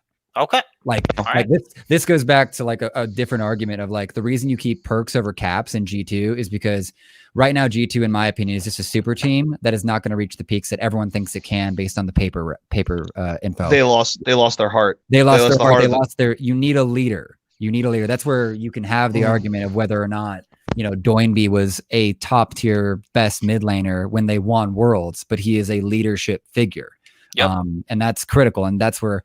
Now that Blabber and Fudge have their confidence and they took at least a game off of the world champion, there is nothing stopping Blabber from getting that Rek'Sai game we saw mid spring split and making Alioya look silly.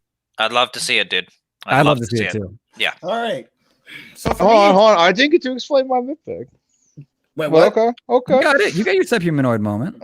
Oh yeah, subhumanoid. I mean, I just made a catchy line. But that's cool. It's cool. I just feel like Perks is to such a degree better than Humanoid that in the other lanes, if things are at least close to parity, like if it's less than a 1,000 gold lead or 2,000 gold lead in the rest of the map, I think Perks just going to be ahead because I think Blabber is going to enable him, especially if they pick around him.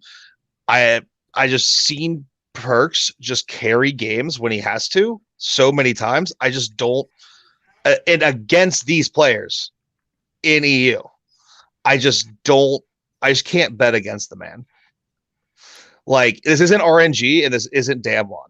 This is Mad Lions. This is not an outclass. This team does not outclass Cloud9, in my opinion. I think Mad Lions just needs to ban Udyr and Morgana. Force Blabber on a pick other than those two. Well, and see what happens.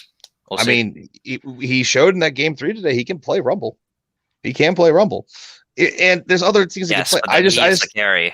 Right, but here's the thing: if you hyper focus Blabber has a ton of champions he can play. Then you're giving up priority for other lanes. See, that's just another problem. Right, but I'm saying if you. No, anyways. Let's just keep going. Let's move on. My issue here with the Mad Lions versus Cloud9 is you got to kind of go by who's been more impactful consistently for them. So when I look at the Mad Lions games, I think the people that have been more consistently been able to get Mad Lions the wins have been Kaiser, Armut, and Aloya. Aloya's actually been proactively been playing pretty consistent. Now, if you contrast that with Blabber, he's also been pretty up and down. So it depends on what EO said. It's high variance though. If Blabber shows up like we anticipate, then he's probably going to clap Aloya. But Aloya has been shown to not really crack though. He's been playing his game like he did in EU and he's been playing it just fine. Kaiser, the only issue I have with Mad Lions is that the games that they were winning, right? Remember there was this, I forgot the game. There was this one team fight where they were winning it. They picked somebody off. Oh my God. Kaiser flashed in his thresh and did a hook and died. They don't know how to control themselves when they get ahead. They just kind of just do shit.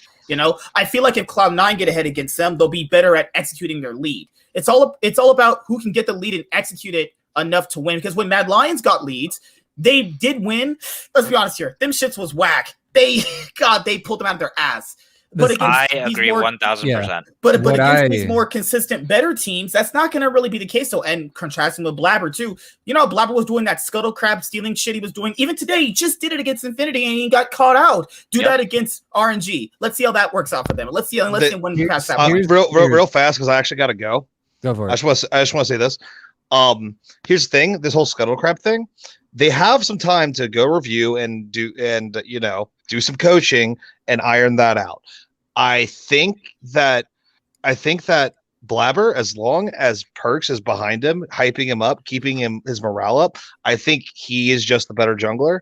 And my final take is I think Cloud9 beat Mad Lions, and I think it's going to be convincingly. That's my take. Unfortunately, someone just came up. I gotta go. No problem, man. Glad to have you, man. Good to have you, Ravi. Hey, thanks for having me and my shit takes. Oh my god, we're all silver anyway. Yeah. I'm almost silver. Don't peace. See you guys. See you, chat. Peace out. Hey, don't put me along with you shitters. Come on. you on one champion, I am diamond. Yeah, you choose to associate with the plebs, and that's your fault. So my thing is like the litmus test of you made me think of some MSK. Here's the litmus test in terms of being like. You pointed out how Mad Lions did not have actually control over their play, especially when they had like their gold leads or they had a winning situation. And what that makes me think of is, okay, let's put Mad in that C9 versus Damwon gaming. And the thing that I want to highlight is the control and the discipline that C9 had to play that game, win those team fights, but like not into way any advantages or just neutrality that they had maintained against Damwon. I don't think Mad Lions wins that game. I don't think Mad Lions actually wins that game. Also true, yeah. I agree. Counter argument. The first game that DK played, where C9 had without a doubt, a better draft than DK. And if they go to late game, right? They threw it because Fudge kept getting caught over and over and over again on Gangplank, right? Okay. I don't think that Mad Lions are hesitant on their engages. I don't think that Mad Lions play a defensive and play Kindred, and I don't think that Mad Lions are going to be sitting back trying to scale in that game. So that's where my counter argument is. If you put Mad Lions in the first game, I think they have a better chance of beating DK than C9. So it depends on what you see, but I think MSK summarized my perspective in terms of this matchup specifically. Whoever wins early game is going to win the game. I think that's why I'm giving it to Mad, because I think Iloyoya is a better. I can't even say his name, but I think he's a better right now. I think he's a better jungler right now because he's been playing much more consistently to get his team to a point in the game where they're actually winning. Like even Armwood himself, because people are saying like, "Oh, Fudge played really." Armwood's also been playing really well, though. It's not like it's going to be some huge div. Yeah. So I fully agree that Perks is going to smurf on Humanoid, 1,000%. Yeah. But if you're down 2 dragons and a 2 to 3K gold, is that going to be enough against a team like C9? I haven't seen C9 being able to carry a game from behind against a good team. So I want to see if that's possible. I don't think it is. And I think that early game is dictated by the jungler. So we'll see. I hope that Blabber shows up the way that I know that he can. But yeah. And it's the thing with the jungle evades too. Like he did that against it's not even just the Scuttle card what Raviola brought up. He literally level 2 did it against a Morgana versus Roll matchup and died again. Now, like I said, try that against RNG. Try that against Mad Lions. See how that works out. I don't think they win that game against a better team though. Like it's consistently been happening though. Here's my hot take. You guys are gonna be like, you're a psychopath. That's not making it to the semifinals. They're not making it to the semifinals. Boo! Who's that? Matt is not making it to the semifinals.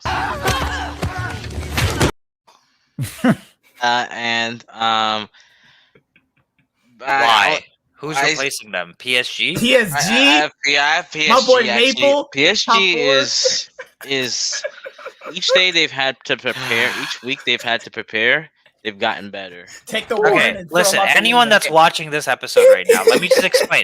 Even if this motherfucker is right about this, this is an illegal take. All right, no, I don't give a fuck if he's right. No, about it's not illegal. Listen, they have. Okay, listen. Why? Here's why. Here's why, Coffin. I know that this is the hot take that I'm taking out because the Pentanat take, that guy needs to find, I don't know, a shotgun and find his neck, because that's just the silliest thing I've heard. Okay, and here's why it's plausible. From week to week, PSG has done their homework and gotten better. And I think they could have beaten Mad if they cleaned up a few things. Considering the circumstances. considering the circumstances, considering that they're really 3 versus 5, right? It's really 3v5. Let's be honest. This isn't copium or hopium. This is just fucking insanium. This is straight up crack. Okay, and the first set of games happened Friday. You don't really think they have 4 days to wait? I'm sorry, 3 days to prepare. Yeah, Warren. But so does Mad. They have the same days. Warren, I have one thing to say. Didn't Mad Lions 2-0 them when they played a tiebreaker game or whatever later on during the day? If you want to go, do you want to go there? Do you want to go there? You want to finish that sentence? Finish that sentence first. Didn't Fnatic beat IG in Worlds and they thought they were going to win it? Okay, we're playing semantics here. That's literally semantics. No, that's not semantics. It's the same thing happened. Our Fnatic beat IG, and and you even heard Reckless over the comms. We're gonna win Worlds, guys. None of this is analysis. Let me just put this out. This is all just pure prediction. I don't think it's. I really think PSG. This is conjecture.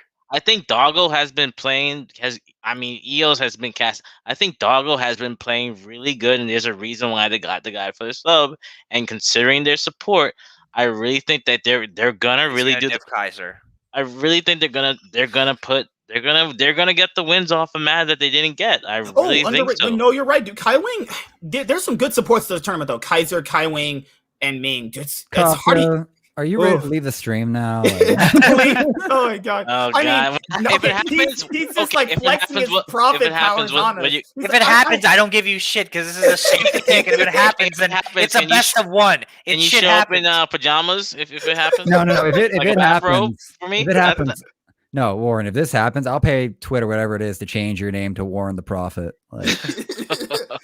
You are. Okay. So if you are proven right, you need to change your name to Warren or Prophet Warren. Because at that point, I'm not doubting your powers. In my heart, I believe that C9 is actually going to beat RNG.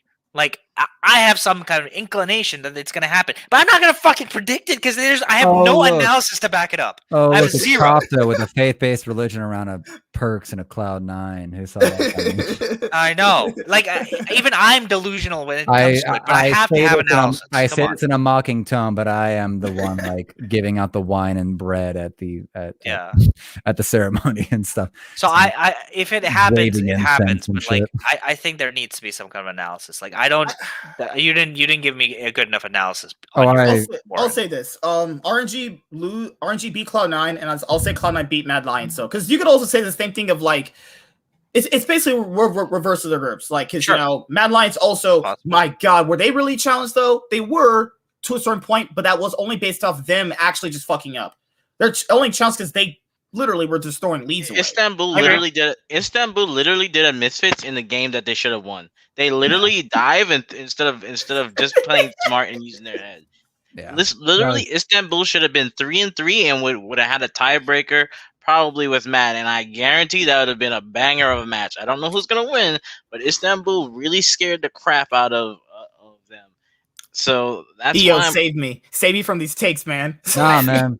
No, if Istanbul beats Pain Gaming, I think that changes their momentum entirely, and they actually show themselves to be like that. Turkey as a lone like single country region is probably contesting for the same kind of clout we're going to be giving Japan and Detonation Focus Me going forward, because these minor regions, when you have Detonation Focus Me attacking Damwon like they are, and then when you have Wildcats out of Turkey matching, like beating Pain Gaming, then matching did they almost beat PSG? Remind me, Warren.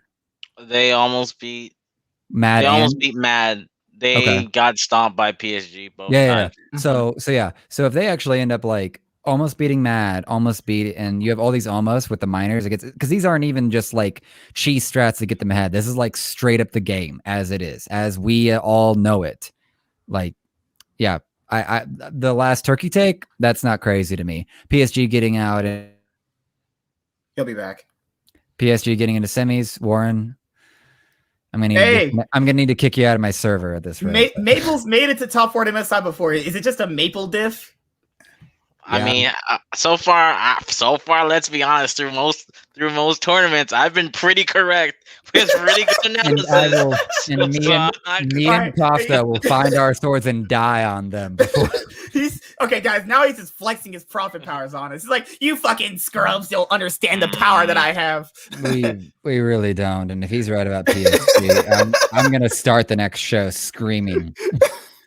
Yeah. All right, what do we got next? Be honest, like, all right, that's pretty much it. We have one last piece of news that got confirmed. I forgot. I did it with T Root earlier. So this is two things. Selfmade and Leader join Team Vitality, and Adam joins Fnatic. So Bwipo, flexing his jungle knowledge a few days ago on the desk, he probably is going to be Fnatic's jungler.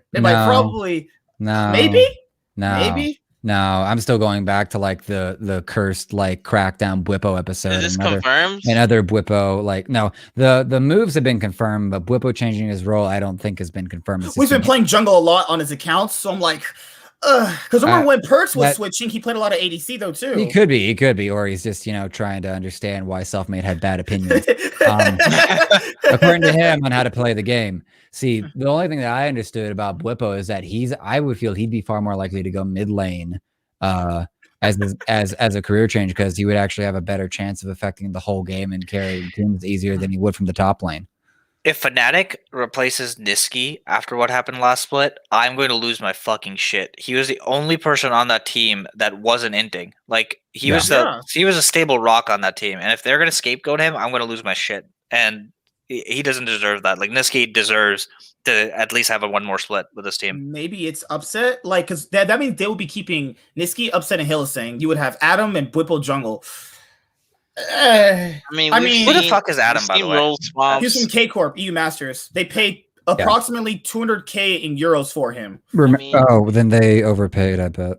I mean, we've seen the role swaps since what I think really Perks pioneered it. I mean, we've seen it. Piglet did it, but who cares Ambition Score did it. But like, we've seen it like be more prominent over the last 2 years. So could Bwipo do it? Probably. I mean, Yankos is on the decline. I mean, he knows how top works, so I don't know. Dude, this is the only way I see it. This is the only way I see it. So you guys have probably been in a situation when you're playing League. Have you ever played a role in League and someone just ints the other role so badly you just play it yourself because you think you can do it better? That's how I classically lose 2 games in a row. That's how it became a jungle. And then what happens is when I switch and I go bot lane, my top lane feeds. So that's all. This is a classic solo queue situation. You think you can play the role better than someone else, you go and do it, and who knows? He might actually be a really good jungler. If I had to comment, I think get rid of Yamato. That guy's a burger. He needs to go to like the God damn. Let's be real. What has he done really since 2018? Let's be real. I don't really consider coaching the reason why. What? No, like, I actually don't consider coaching to be the reason why someone plays bad. I believe that coaching is more responsible for setting up and creating a system and trying to make sure that you have the right structure in your day-to-days. But he didn't establish. It sounds about game knowledge. Yamato was dealing with the most disordinate team in the entire region, in the entire league. Okay, but Selfmade and Bwipo don't play along well together. Their core piece of Reckless is gone. Their mid lane is just a bit of glue, but he's not actually any significant leadership figure, nor was he a top mid laner in the region. And you have Hylissang, and Hylissang only has synergy with Bwipo at that time. Like, he's got a dog roster to work with, and they don't even like playing with each other. As a coach, you're supposed to go in and establish, like, I feel like they coached the team more than he coached the team. That's what I got from how they played. That's how I got from how they drafted. But that's the case with any Bwipo team, though. That's just how. That's not true. Youngbuck didn't do. Youngbuck drafted around Caps, and Youngbuck was pretty successful. Yeah, because Bwipo didn't have any cloud at that point. It wasn't until after Caps. I don't think it's cloud though. You have to. No. Bwipo explained this in interviews where he's like, no. Yes. Bwipo explained that I've gotten to a point in my career where I know I'm good. I know I'm one of the top in my region, and I'm going to tell management what I think is needed for this team to win. He's not taking a backseat and just letting rosters get decided for him, and he's not letting coaches decide how that's the case. They shouldn't have gotten Niski. That's where they end up this is where Fnatic doesn't have the money to even, and they're losing the clout for even being a name worth going after. You called it, remember? You called it. I think you said they're going to be the CLG of EU moving forward, actually. You still ready unless Fnatic actually really do a complete turnaround on their branding, and not to mention their financial play as on a management level, they're going to drop hard. Honestly, Fnatic has never, and I repeat, find one time into the entire Fnatic career they're actually paid for a top tier. They've always brought them up, or they were a rookie. They've never, and I repeat, I'm saying this because I know it, they've never bought actual high talent. Never, not once. They've mostly had coaching staff find them. Including they bring Reckless. Reckless came to them, remember? Reckless came to them. Either they have great scouting and great recruiting, and they just happen to grab great talent that turns into fantastic talent. But there's nothing in that org, unlike Cloud9, for example, which has had a stable set of coaches for years. Fnatic has been rotating coaching staff between Young Buck back in the day, Dylan Falco at one point that got the championship roster, ran over in Huni. Nico to Pico. And then recently with Mithy and now Yamato, they have not had a consistent team of coaches that have actually, one, identified good young talent, two, acquired it, three, built it up, and four, turned it into championship rosters. They have ended up with championship rosters on discount for what feels like a decade. And now so basically the TSM of EU. Yeah. Yes. Yeah. Yes. But I wanted to piggyback off EO's point too. Which is why they're just as hateable. At this point, do you think they'll just be because he made the take? I'm just asking you, man. Do you think that they'll just be perennially sixth place, maybe playoff material at this point now? I need more information on Adam. Yeah, that's just me.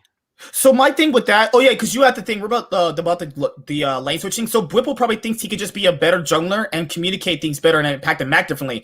I did that before in solo queue.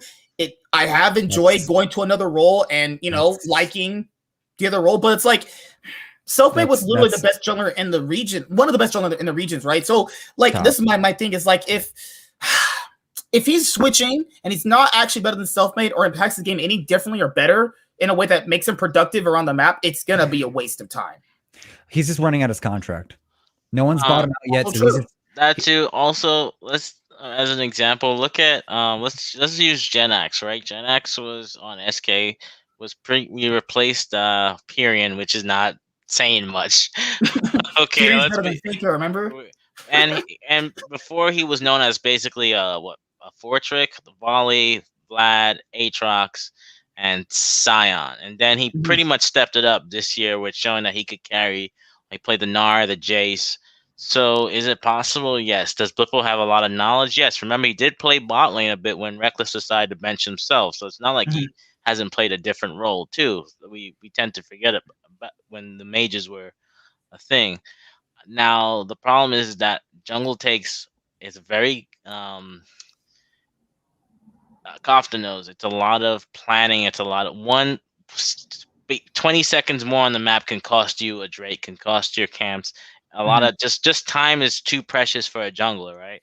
I will say, I don't care about making a prediction on this. I'll just see Bwipo's jungle and judge it based on what I see.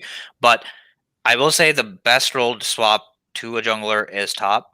That is, in my opinion, the best transition, because top laner needs to be able to constantly look at the map and look at TP plays and also have a really good understanding of wave management.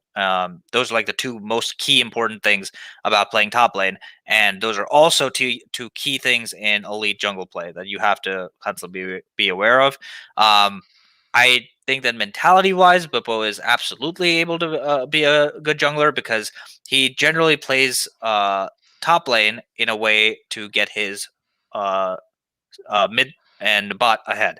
So he generally doesn't play for himself. He's trying to make unique picks and get roam timings and things like that off. So I would like to see the experiment happen.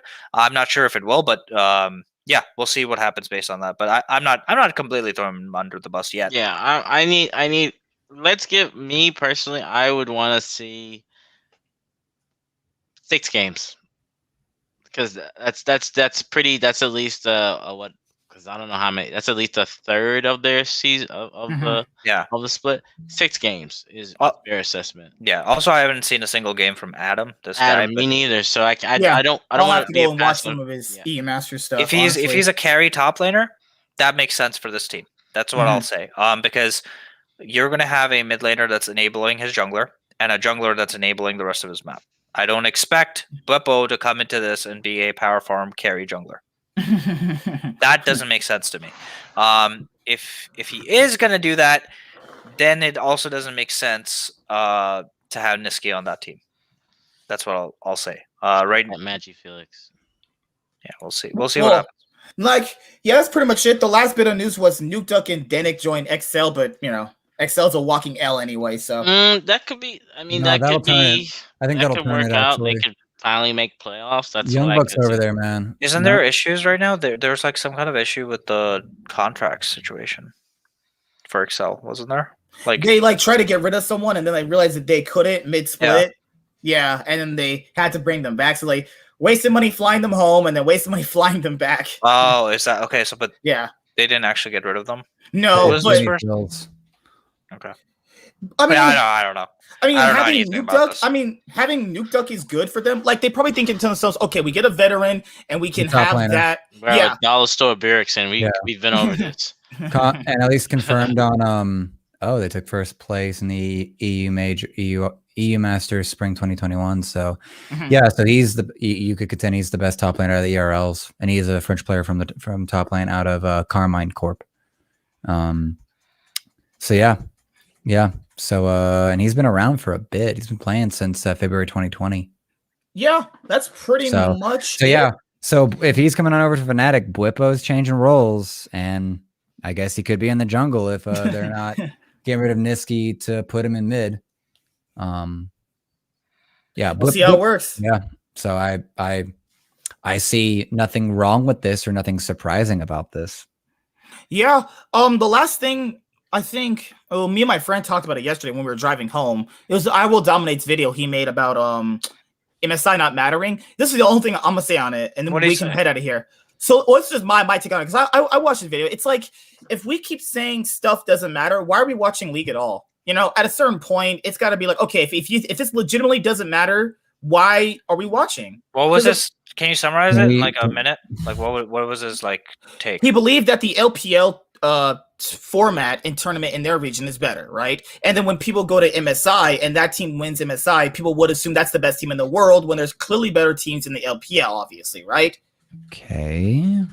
But the issue here is we're only basing things off one region, and that's the thing about those LPL teams didn't make it either. We have to give them the same leeway. Not one region, one team. Sorry, Warren. Let me just really quick say it matters to me not just who the best team is, but how the regions stack up, right? I thought that's what MSI was about. It's like, has NA gotten a little bit closer? Has EU versus Korea, that gap closed off? Is Korea in contention to compete with RNG? That's important to me too. Well, that goes into the argument to be made, where it's like, if you take Dan1 and put them in the LPL, people would assume from winning MSI that they would take over LPL. But the issue here is people don't understand how RNG got to MSI. RNG got knocked out in the first round. But people need to stop saying this. RNG weren't like dog shit in the LPL. They were at Warren. You watch, remember? They were pretty good. I think they came second. Yeah, EDG, FPX, RNG, and what's the name? TES. They were all really good teams, though. It's not like RNG went and beat some scrubs when they made their little TSM playoff run to win. They weren't beating no dog shit teams. Yeah, they had a hard. Is this point that the world's format tests a completely different thing? Of course. It tests best of ones, your ability to be clutch. It goes into the point of, worlds mattering more. But people also say the same thing for worlds too. Worlds doesn't matter because it was whoever figures out the meta first, obviously wins the tournament. It's like, but the point assassinated. But the point is it's not even just his video. And I'm just paraphrasing certain points. Go watch it for yourself. I always say, but if people keep saying this turn doesn't matter, this trophy doesn't matter, this doesn't matter, why are you watching then? If it doesn't matter, then what are we doing here? Why are we talking about this stuff? Why do we put so much passion into it? Can we just not entertain nihilism and just get back to enjoying life and the things that we find? I think. Go ahead, Born. Yeah, go ahead. This new format has made me like MSI more, honestly. Interesting. Again, I because the minor regions showed that they can hold up outside of Pentanat and There's an issue here. Warren, when we were watching together the first couple days, we both agreed that this was insanely boring. Week 2 was fun. Wait, admit it. Well, you enjoyed it. Week 2. Let's be honest, it's because the first group was we've been denied Vietnam to almost a year and a half, which is sad. So no, to me, you enjoy the randomness of some of these having more ones. teams to compete. You enjoy the randomness of having certain underdogs beat top tier teams, right? Well, outside of that, and showing that, for instance, would we be surprised if Starscreen is picked up by a team? No, he played good in LEC or LCS. Holy Phoenix, man! But here's my point: you wouldn't expect any of these wildcard teams to win a best of 5 against the top regions, right? Please say no. Please, the Prophet Towers is coming out of him. You talked about Oxygen. That's not my point. That's not my point. Yeah, I'm saying where Dom is coming from and where you're coming from are exactly the polar opposites where fandom exists right now in League of Legends, right? There are people that generally want to get out of a tournament. At the end of the tournament, you get a power ranking of who is the best, who's the second best, who's the third best, et cetera, et cetera. And then there are people who want the tournament to provide as much entertainment as possible, maximize the entertainment value, and maybe not even care at all about the competitive integrity. They did both with the Rumbles now. That's what I'm saying. They knocked out both. And what I'm saying is that here's what I meant is that I'm not saying that the minor regions are supposed to win best of 5. I'm not delusional. What I'm saying though, is that I think they're gonna take this experience and it's gonna level them up because they know, because most of the times what happens prior to this change, it's normally wild card versus wild card, and you would see UOL dominate, or we'd see Rainbow 7 dominate before they get in. I'm just throwing out names. And this time we actually saw them I think even Wicked made a point, like C9 struggled, DK struggled, Mad struggled. I'm just saying that the regions are showing that they can play, and we got more teams, which I wanted, which is like, okay, they fulfilled my take was I got more teams, we got more games in a sense, and we saw that it also shows, are these major regions that major because they had a little struggles? Because they did. Like, none of them, they did. That's what I'm saying, is that if we have more tournaments like this where the minor regions are coming into the tournament, then I'm okay with this sort of format. MSI is, this is the first MSI I was like, oh, this is great to watch. This was fun.